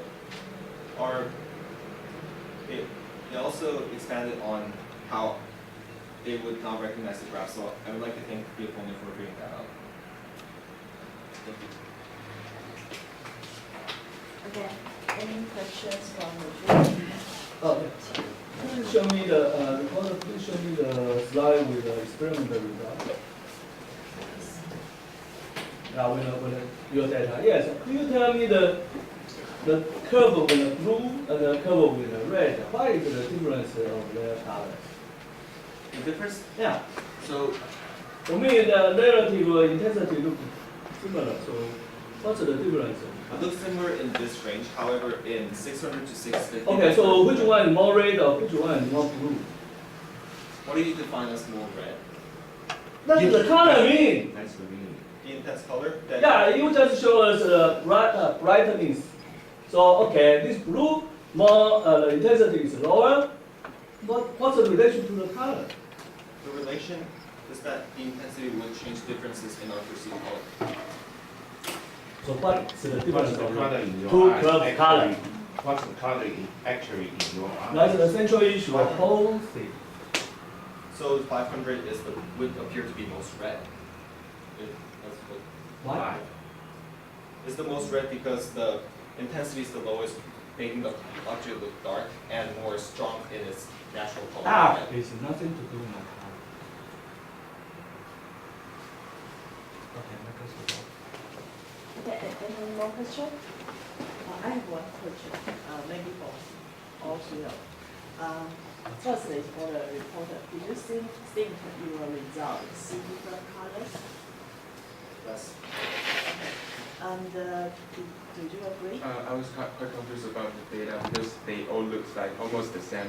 But however, the reporter just said he did see the different color change. Okay. So I was wondering. And for the reporter, do you agree? I'm not sure, but according to the report, it seems to be more likely to be brightness. Okay. If both of you don't agree they see different colors, did you see anything they can change in the experiment to see different colors? Maybe what kind of experiment they did they can see different colors? Maybe the first one is change in the material, and also the shape of the flat, and the thickness. Because if the flat is not thick enough, we will see the light change and duration, and just we will also get the surface colors. It will affect the result. Maybe we can measure the RGB value to analyze the color. Okay, so you think they can do more analysis Yeah. of the spectrum? Okay, thank you. Any more questions? If that is I have a question for the reporter. I think maybe page 10 of your, yeah, here you show that the optical path, but you try to tell us that the bigger side the particle is, you see lower intensity of the reflected light. But could you explain again? Because I couldn't catch the reason. So for bigger particles, it would have more trajectory for this light to come in, meaning that it would lose more intensity on the way out. Okay, thank you. any more questions? If not, it's the story time. Okay. Please, the jury prepare the scope for the reporter.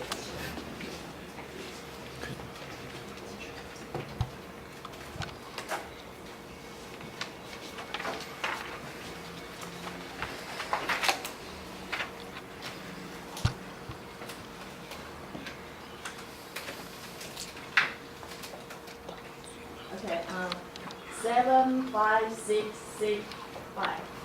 Okay, for the opponent. 7, 5, 7, 6, 5. For the reviewer. 7, 6, 7, 7, 7. Okay. Any jurors have comment? First, that's the geometry optics, you cannot change color at all. Because for the geometry, A little bit. It's the relevant is the difference between the intensity for blue eye or the red light. Then if you can compare those two differences, that's you can see the color. Even we see the red light actually is not purely the red light. It has some other light, but the intensity of the red is much larger. I think your problem is the powder to grind is built too big. You have to grind probably 0 to 10 micrometer, 10 to 15 meter, those kind of. Make it smaller, then you might have seen the different color. I think, yes, say something relative to the answer. No. Maybe there are more, yes, more yes. Okay. Now let's take a break for about. 知道下一张。我就是那一张。Opponent, please prepare your turn. We are opponent. The available problem numbers are the following.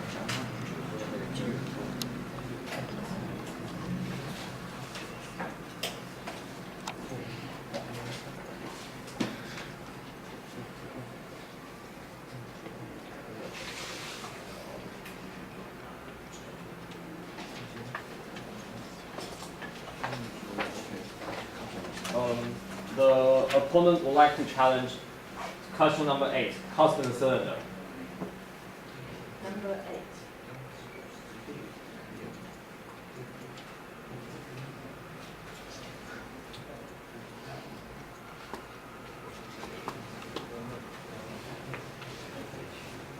The reporter accepts the challenge. Yeah, accept. Okay, so for each of team, please write down the presenter's name.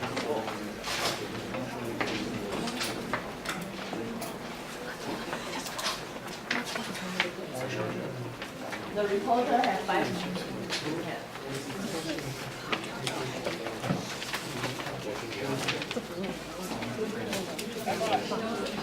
所以就是这个段，那我们的就是刚刚说我的资料表是这样放，但是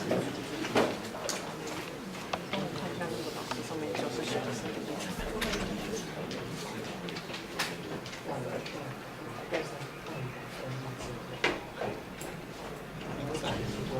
那其他的课？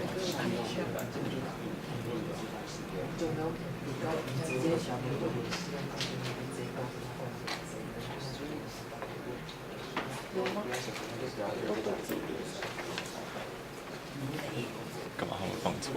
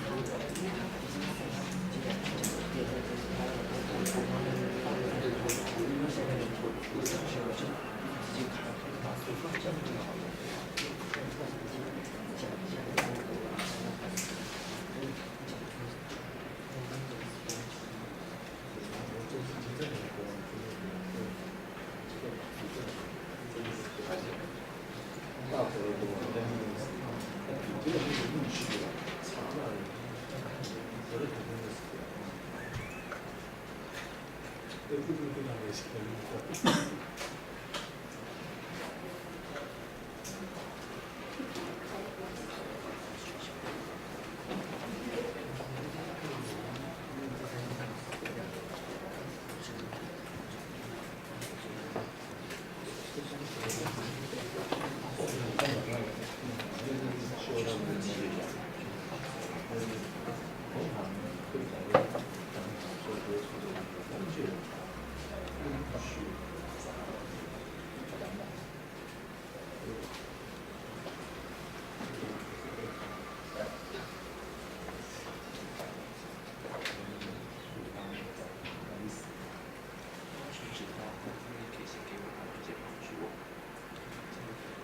Okay, the reporter, please present your report. Okay, good afternoon, ladies and gentlemen. My name is Jessica Chang, and today I'll be presenting problem number 8, cups in the cylinder. Now let's first take a review at our problem statement. It says to a horizontal cylinder and the partly filled with viscous fluid. And when the cylinder is rotating on its axle, unusual fluid behavior can be observed, such as cup-like shapes or other shapes on the walls of the cylinder, as you can see here, and it says to investigate the phenomenon. Now this is my outline. So I'll first tell you my experiment. My parameters are only the different speeds of the cylinder, and then I'll tell you on each speed, like what is the theory of it and what kind of unusual fluid behavior you will see. Okay, now let's first see my experiment setup. So this is the cylinder, and it is a 90 centimeter cylinder and with a diameter of 8.1 centimeters. And I used a DC power supplier to supply the motor. Here you can see it there. And I used a multi-tester to see how much the hoods are like spinning. And yeah, the hoods. And I used the speed sensor to like sense the spinning rotation speed of the cylinder, and I use this to see it. Okay, so this is my experiment video. So you can see there are kind of cup-like shapes around, and there's something that's pulling the oil up. And you can see that it actually has a period behind, and it kind of repeats itself. Okay, so now for my 5 different angular velocities of the cylinder. So first I use like 0 when it doesn't move, 0 hertz, and then at a lower angular velocity, which is 1 to 2 hertz, and which will be like 60 to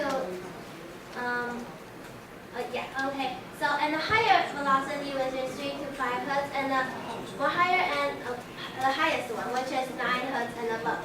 And I'll explain to you like what will a cylinder look like and what kind of theory we can use to explain this.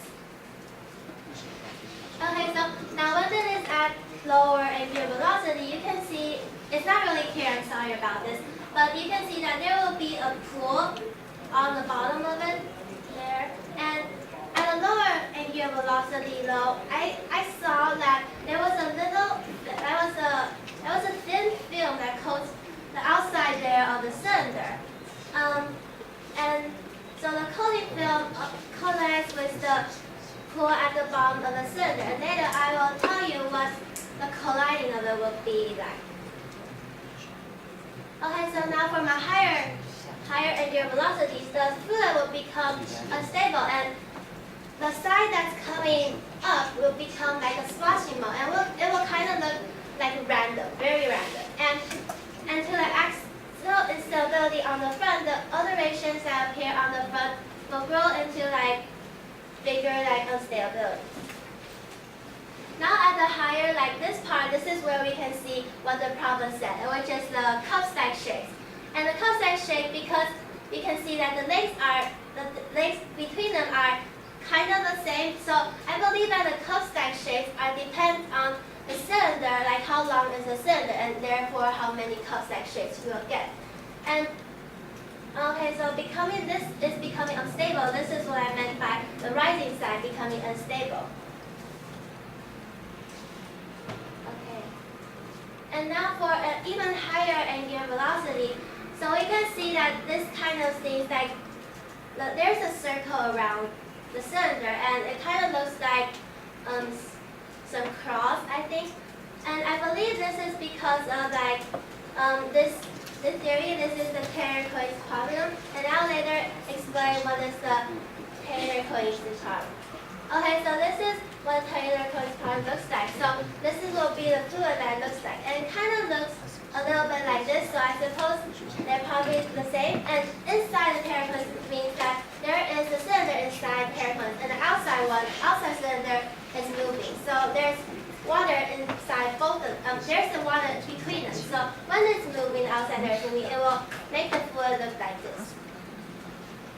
And now even at a very, very high velocity, the fluid will rotate rigidly with the cylinder and form a homogeneous film that coats the cylinder uniformly. And uniformly. And I suppose you can use centrifugal force to say this too, because it is like centrifugal force will be too big, and therefore it will coat the cylinder uniformly. And now for how the different patterns are formed, the face-up diagrams are the vertex transitions, and I will tell you how the properties and different stabilities of the patterns and how they become like that in detail later. And we can say what kind of mechanism that can make them. Okay, so for the creation of the front, so you can see that the rising side is here, so the rising side will create a front. And when the cylinder is rotating this way, the receding side will hit the front here. So therefore, only this part, when the liquid meets in this part, you all learn that when the liquid collides together, there will be a conservation of mass.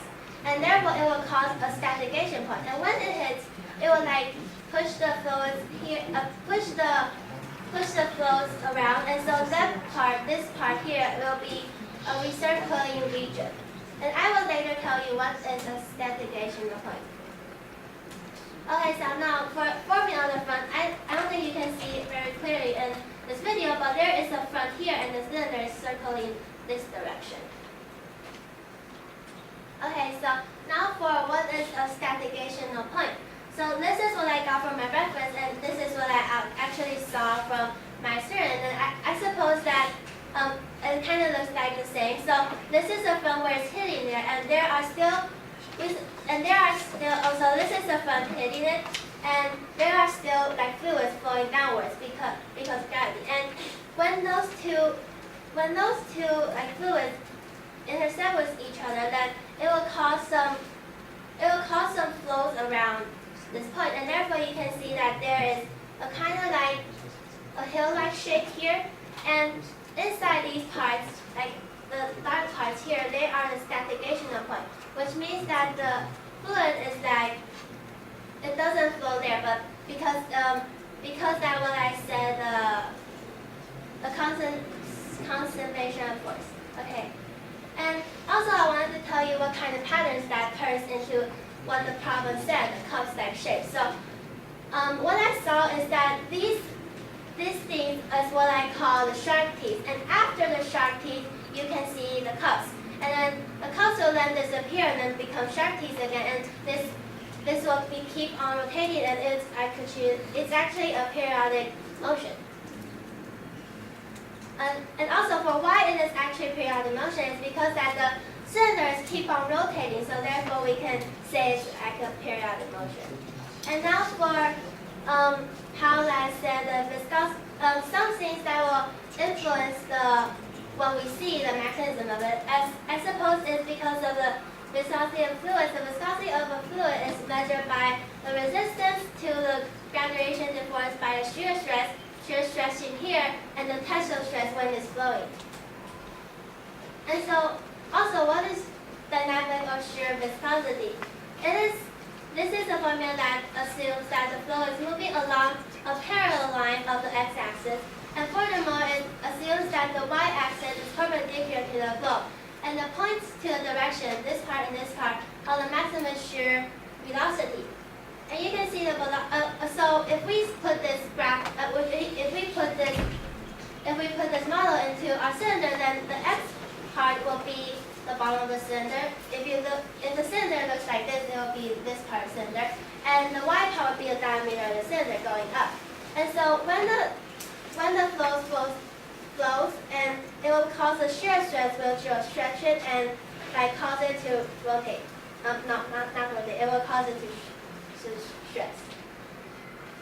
And now for my conclusion. So we divided the experiment into 5 different stages, and we can see that at the 0 hertz and when it's at 0 angular velocity, it is actually a pool.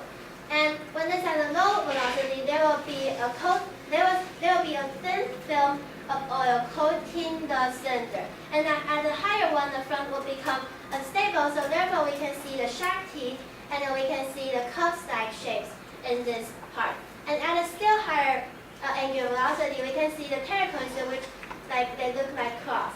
And when it's higher than 9 hertz and above, the oil cylinder will coat the cylinder uniformly, and therefore we can't see any shapes in this condition. So for my conclusion, also for how the front is created, is that it is created by a dynamic viscosity, like I just said, and also because the rotating side is going up here, so the rising side will go up, and some of the fluids will go around the cylinder and then come back at the receding side and hit the front, and therefore it will generate the front. And after hitting it, the flow goes inside, and it will generate a recirculating region. And you can see, And after that, when it's created in the front, then there will be a stagnational point. And what is a stagnational point? Is that when the 2 fronts collide, there will be a conservation of mass, and that will create a stagnation point, which I said in my report. And this is a stagnational point. And here's my reference. And thank you for listening. Okay. The opponent can ask few questions. Okay, first I want to ask about your hypothesis. Do you do simulation of this kind of fluid behavior on use programming language? I didn't use programming language. Okay. I just see this and I just see my. Thanks. Okay. I want to ask next questions. And do you think if the angular velocity is fixed, the cup shape will keep steady in the cylinder? Do you think yes or no?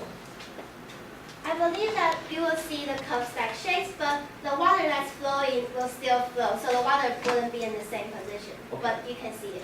Okay, thanks. And the next, I want to ask about, you said the cup shape is related to the length of the cylinder, right? And do you think the different length cylinder and in the same radius and the same angular velocity, it will cause the same kind of shape, or it will not? I believe yes, it will cause the same shape, but it will have more cup-like shapes because it's not. I want to ask about the width of the shape. Do you think it will be the same? Width of the shape? You mean the wideness of the shape? Do you think it will be the same? Yes or no? Yes, I believe it. Okay, and I'm going to ask about your experiment. Do you use different kinds of liquid to measure to do the experiment? No, I only changed the speed. Okay, and do you think the radius of the cylinder has some impact on this phenomenon? If you control the same velocity of the fluid, how much is it, then I believe there will be yes. Okay, thanks for your explanation. Okay, preparation of the opponent for 3 minutes.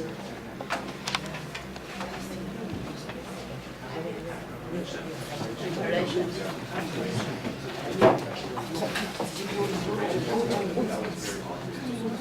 理论就写 shear force。You get that?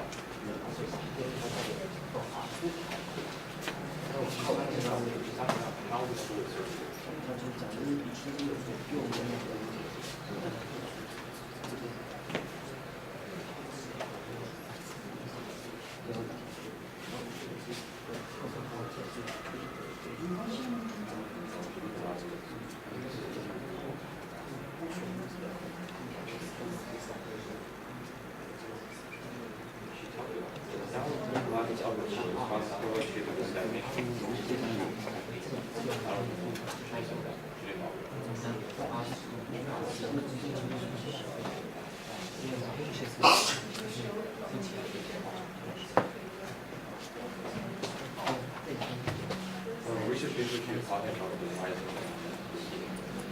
骂是 make sure you stop. 我要一直也是。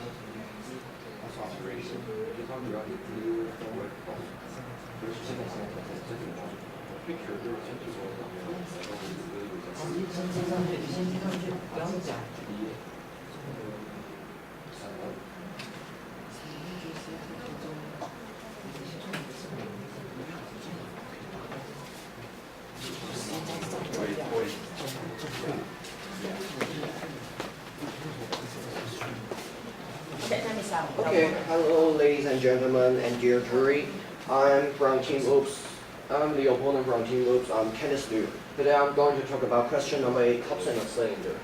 And this is a problem statement. This experiment used viscous fluid, and they want us to investigate the cup-like shapes or other phenomena will happen and investigate. And their theory is about shear force and experiment.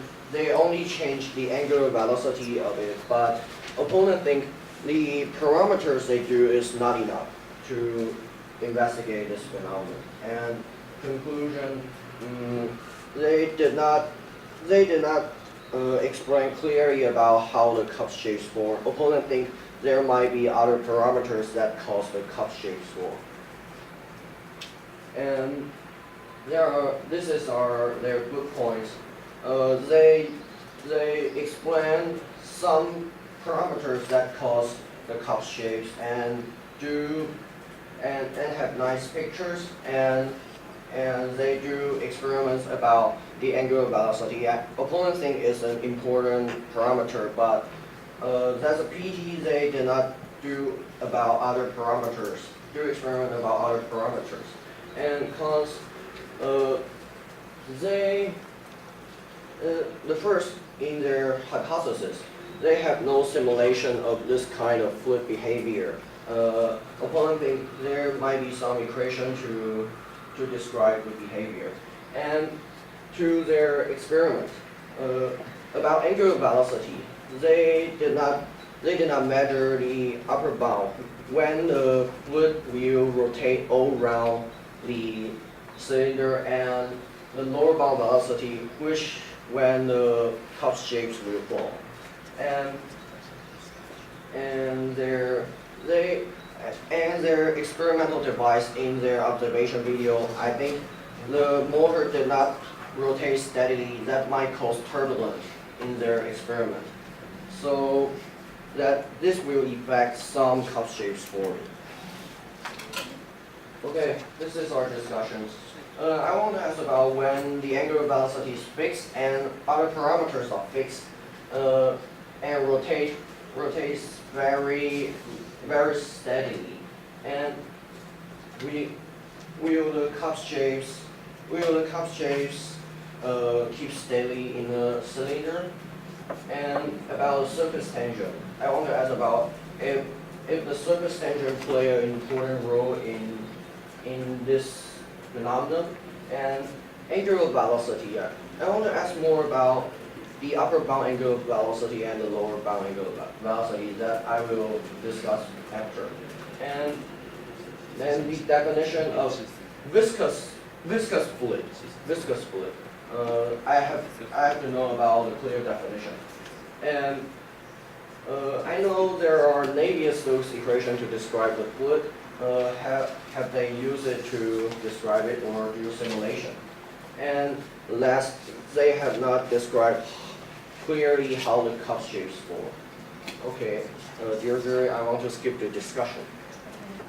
The reporter, please discuss for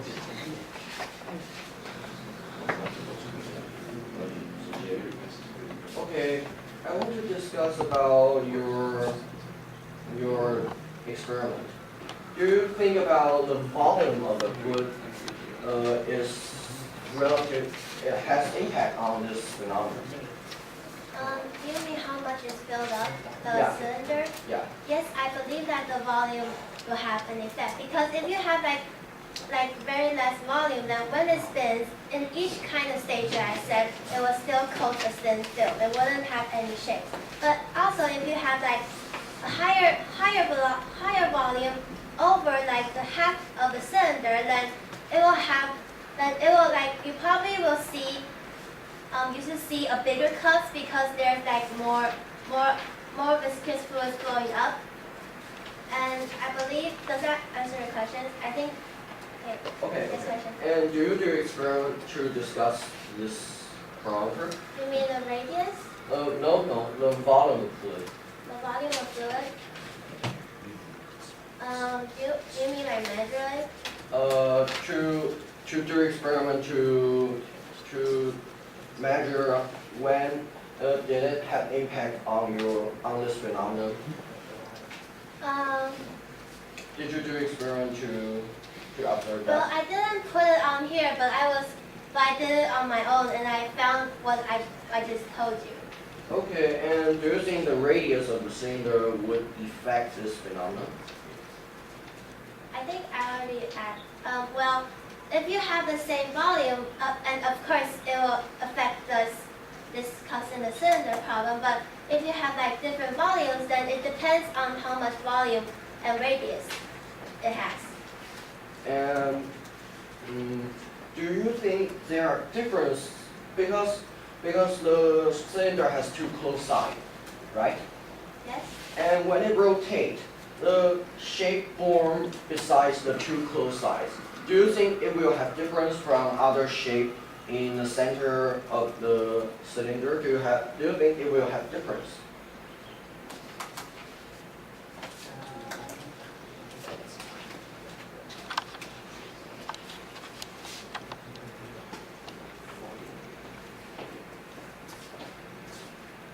From what I saw is that the side of the cylinder, like usually the cups wouldn't form on the side. That is what I saw from my experiment. But if you decrease the angular velocity in this, it might form more perfect. Well, if you decrease the angular velocity until like lower than what I just told you, the forming of the cups, then you wouldn't see any of the cups.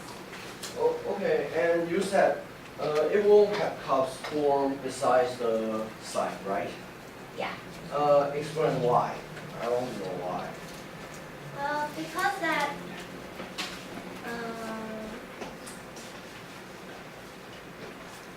I believe because like the rotation and like the vibration of the cups in the cylinder, and so that the outer part wouldn't be like, there wouldn't be like cup shapes there.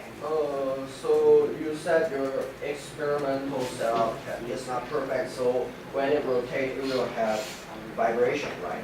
Yes, of course, because of you can't make a whole cylinder like not vibrate. And you talk about the cup shapes forming is about some turbulent in or unsteady in the fluid, right? Yes, I said that there will be. Sorry. Let me just find my pages.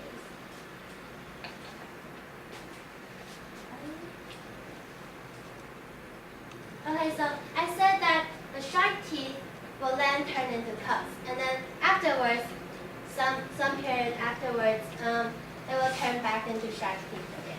I'm talking about the forming of the cup shape. The reason why the cup shapes will form. You are talking about the unsteady of the fluid right? It's because of the unsteady or turbulent of the fluid, right? You mean how the cup shapes form? Yeah. Well, I suppose that it is only a pattern, so we can't know like why it is formed, but we know it is a pattern from the Shakti to the cups. And to please skip to your experiment video, observation video.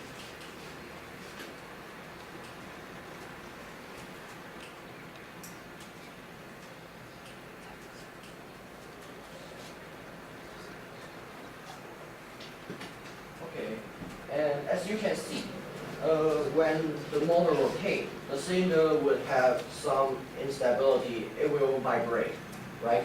Do you think if you reduce the vibration to no vibration, and it will still have cup shapes, do you think it will or it won't? I believe that the cup shape will be, yes, there will be cup shapes, and it will be like more clear like cup shapes. Like maybe all the cup shapes will look like the same and in the same distance range and in the same length of the range. I believe that is what I suppose they will add. And why? Well, because if that is vibrating like up and down, then maybe some. I said when it is steady, rotate steady, why it will have cup shapes? Well, because that. Can you let me answer all of the questions because I want to answer from here. So when it vibrates, like some of the water, not the water, the viscous fluid will flow in the middle, or they're not even because of the vibration of it. So if you have a stable one, then it means that it is horizontally very stable, and it wouldn't bounce around a lot. But therefore, that is why all the viscous fluid in it will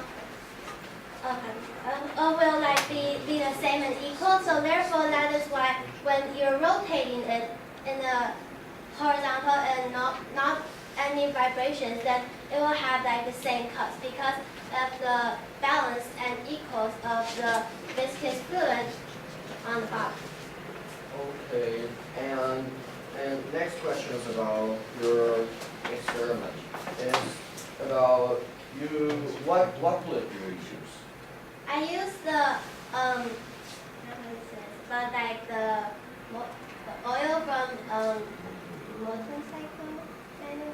I don't know how to say that. Okay. I know why you're talking. I'm not so sure. But why do you use that kind of fluid? If you use other fluid, will there still form cup shapes or not? I think it depends on the viscosity of the fluid.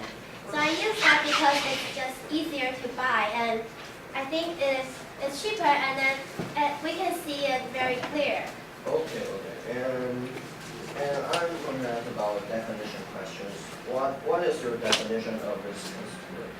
So viscous fluid is just like some parts of oil and they're like sticky, so not water and just sticky and some parts of oil, I suppose. More specific, please. What do you mean by more specific? Because your definition is not clear enough. Okay, so viscous fluid should be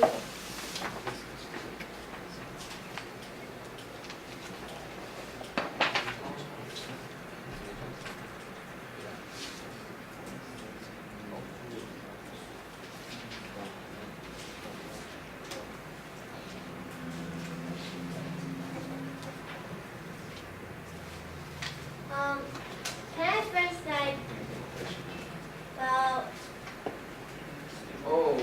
Is that when a side of the fluid has a velocity, it has a velocity gradient, right?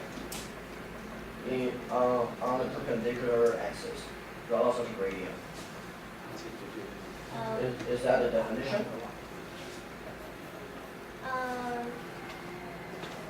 Okay, thank you. I want to skip your next question. The most important question is that what do you think is the most significant parameters to influence this phenomenon? This phenomenon? Yeah. Of course, it's the different viscosity of fluids, and I suppose that the volume of how much you how much it is filled up will inflect the different patterns of the concentrics or shark teeth or other things. So one the angular velocity. And also angular velocity, sorry. Also So there are lots of important parameters in there. Yes. Okay. Thanks for your explanation. Thank you, opponent. I also done. Okay. Now the opponent summarize the discussion. Okay, this is opponent summarize. First, to their hypothesis. I think they have described clear enough how the cup shapes form, but as that there's a pity, they did not have a simulation of the fluid. And to their experiment, I think their experimental setup need to improve, and they did not measure the lower bound and the upper bound angular velocity, and they couldn't point out what's the most significant parameters, and also to their hypothesis, they had no clear definition of viscous fluid, and this is my summarization. Thanks. Okay. The reviewer 3 minutes to question the reporter and opponent.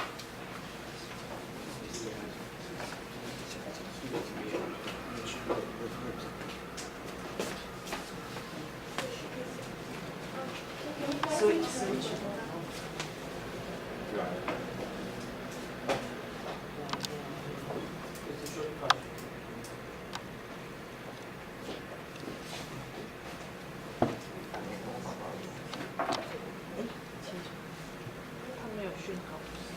No signal.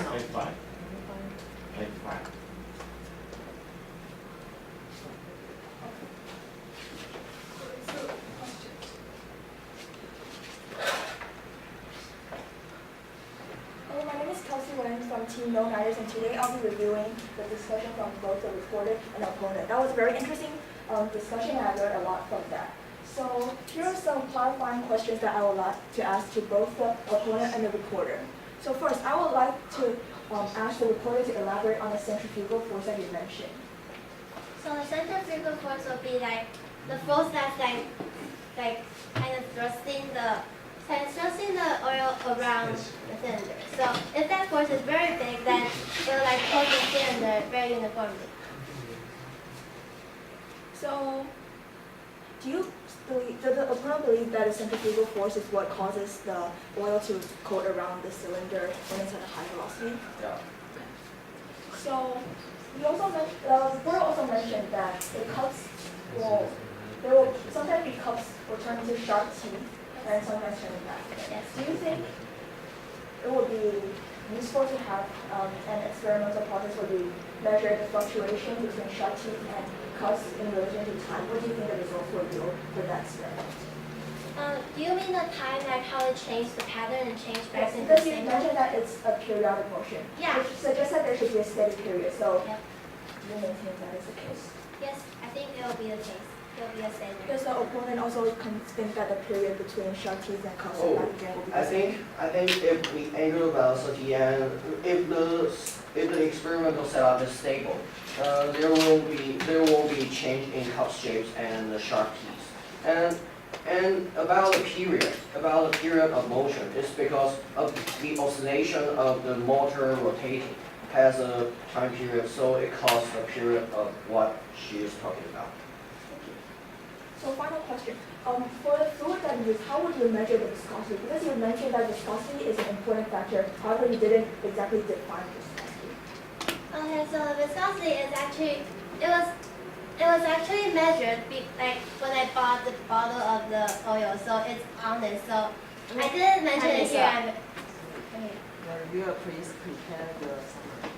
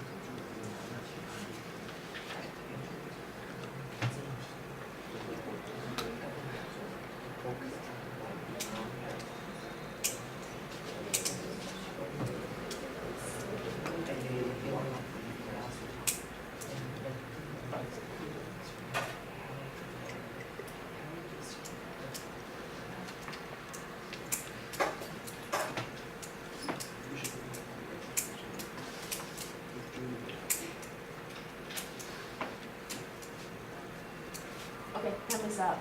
So reviewer, please take the floor.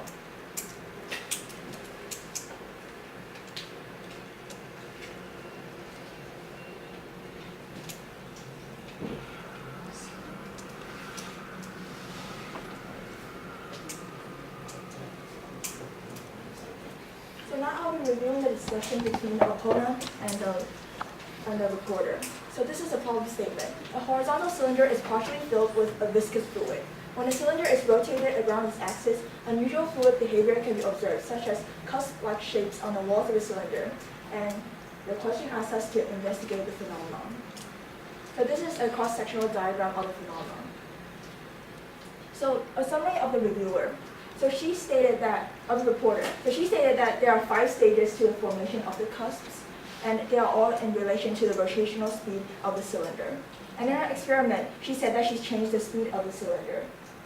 And in her data, although there were not a lot of graphs or qualitative data, she did explain that her theory is correct because the shapes are vaguely similar, which I think could be clarified as the opponent has stated, that there was no simulation, there was no mathematical model. Especially the reviewer believes that a mathematical model would have been useful in explaining, clarifying the theory and supporting how the stages transition from one to the other. As well, the opponent also pointed out that we need more parameters. Like it's not just the speed of the cylinder that should be considered, but there are also various other parameters that the opponent brought out, such as the viscosity or like the volume of the liquid in relation to the volume of the cylinder, as well as the radius of the cylinder. I think those are all parameters that you could have investigated in the experiment. And so the reviewer's feedback on the discussion. So the opponent started with discussing the volume of the fluid and the radius of the cylinder. The reporter stated that she investigated these questions on her own, but she did not have any experimental data to back it up other than her word for it. So the evaluation is that the reviewer believes that the volume of the fluid does affect the formation of the cusp-like shapes, and the reporter needs to bring up some experimental data to back up her evidence. And this next question was about the viscosity of the fluid, in which the reporter answered that she obtained viscosity from the label of the fluid that she used. And it was a mixture of oil and water, which makes it hard to define what the exact viscosity of the fluid was. And the reviewer agrees with the opponent that the more viscous, the more stable the cusp-like shape should be, because the liquid will be more likely to resist fluctuations.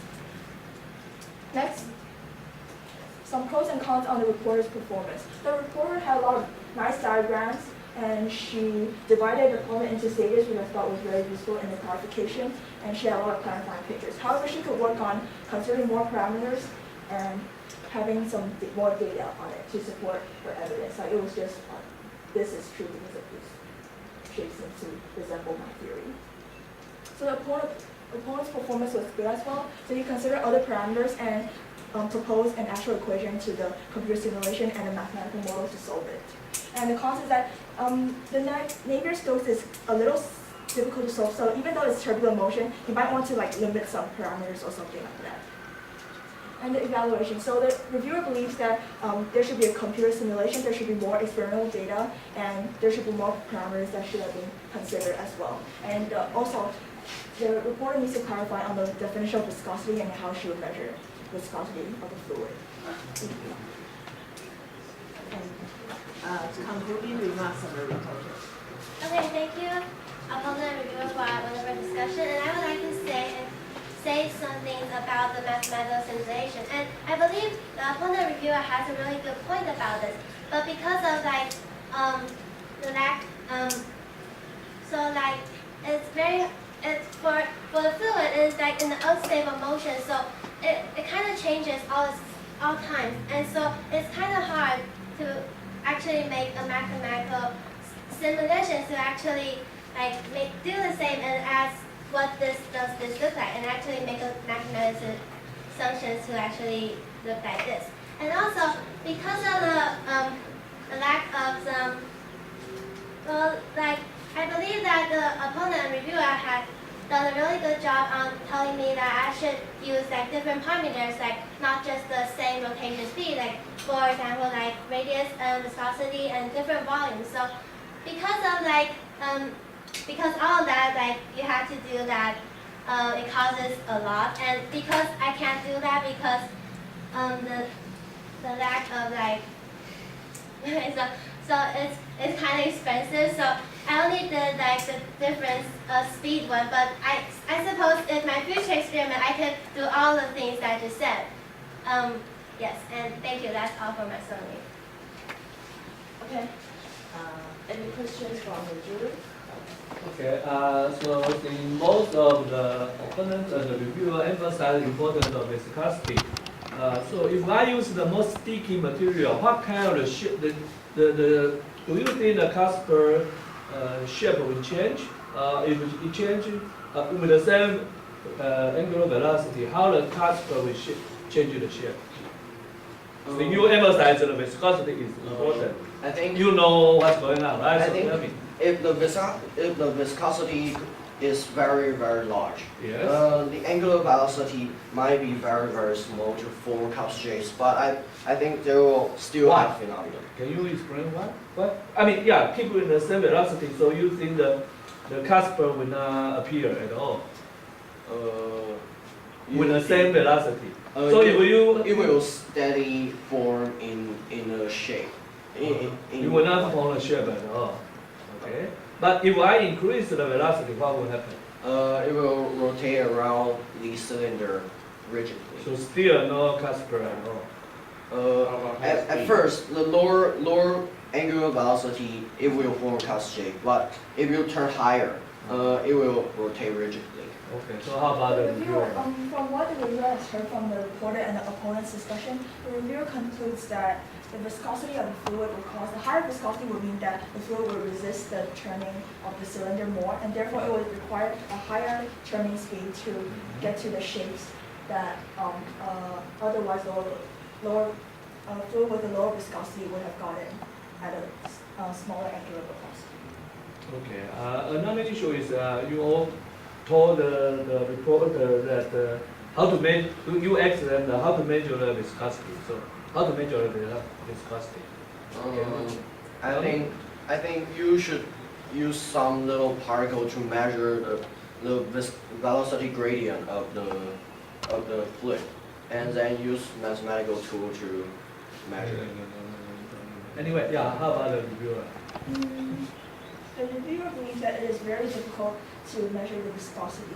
Yeah, but it is very difficult. How to you tell a reporter you should measure the viscosity? But since viscosity is somewhat related to the compressibility of the fluid, the reviewer believes that if we define the compressibility of the fluid, we might get some sort of trend with the viscosity of the fluid. Okay. Any more questions? What's the material cylinder used? It is like acrylic. What about if you replace yours with replaced by glass? What would be the evolution of the pattern on the wall you expect? You change the angular velocity from 0 to like 9, 10, or even higher. I believe it will still form the same cups, but because it's glass, so probably it's kind of dangerous to put it in like this kind of rotation. The evolution of the pattern on the wall. You have 5 stages in your experiment, right? I replace it with glass. Glass tube.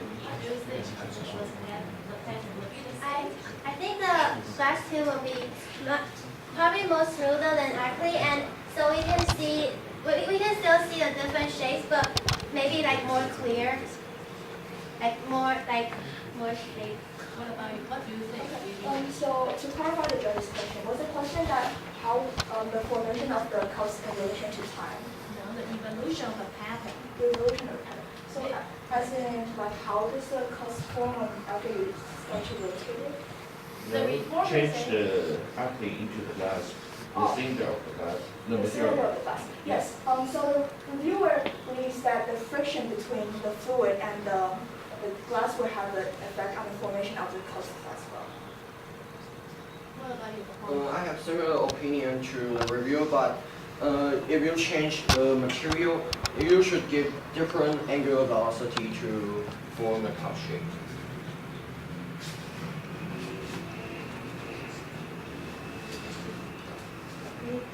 I believe, can I say again? So I believe because it's smoother, so it's smoother at the bottom, so the front will be formed like more easily, and yes, and there will be like, it will have like maybe a lower angular velocity until you can see the cups. Okay, any more question? If not, now let's go to the story time. For the reporter,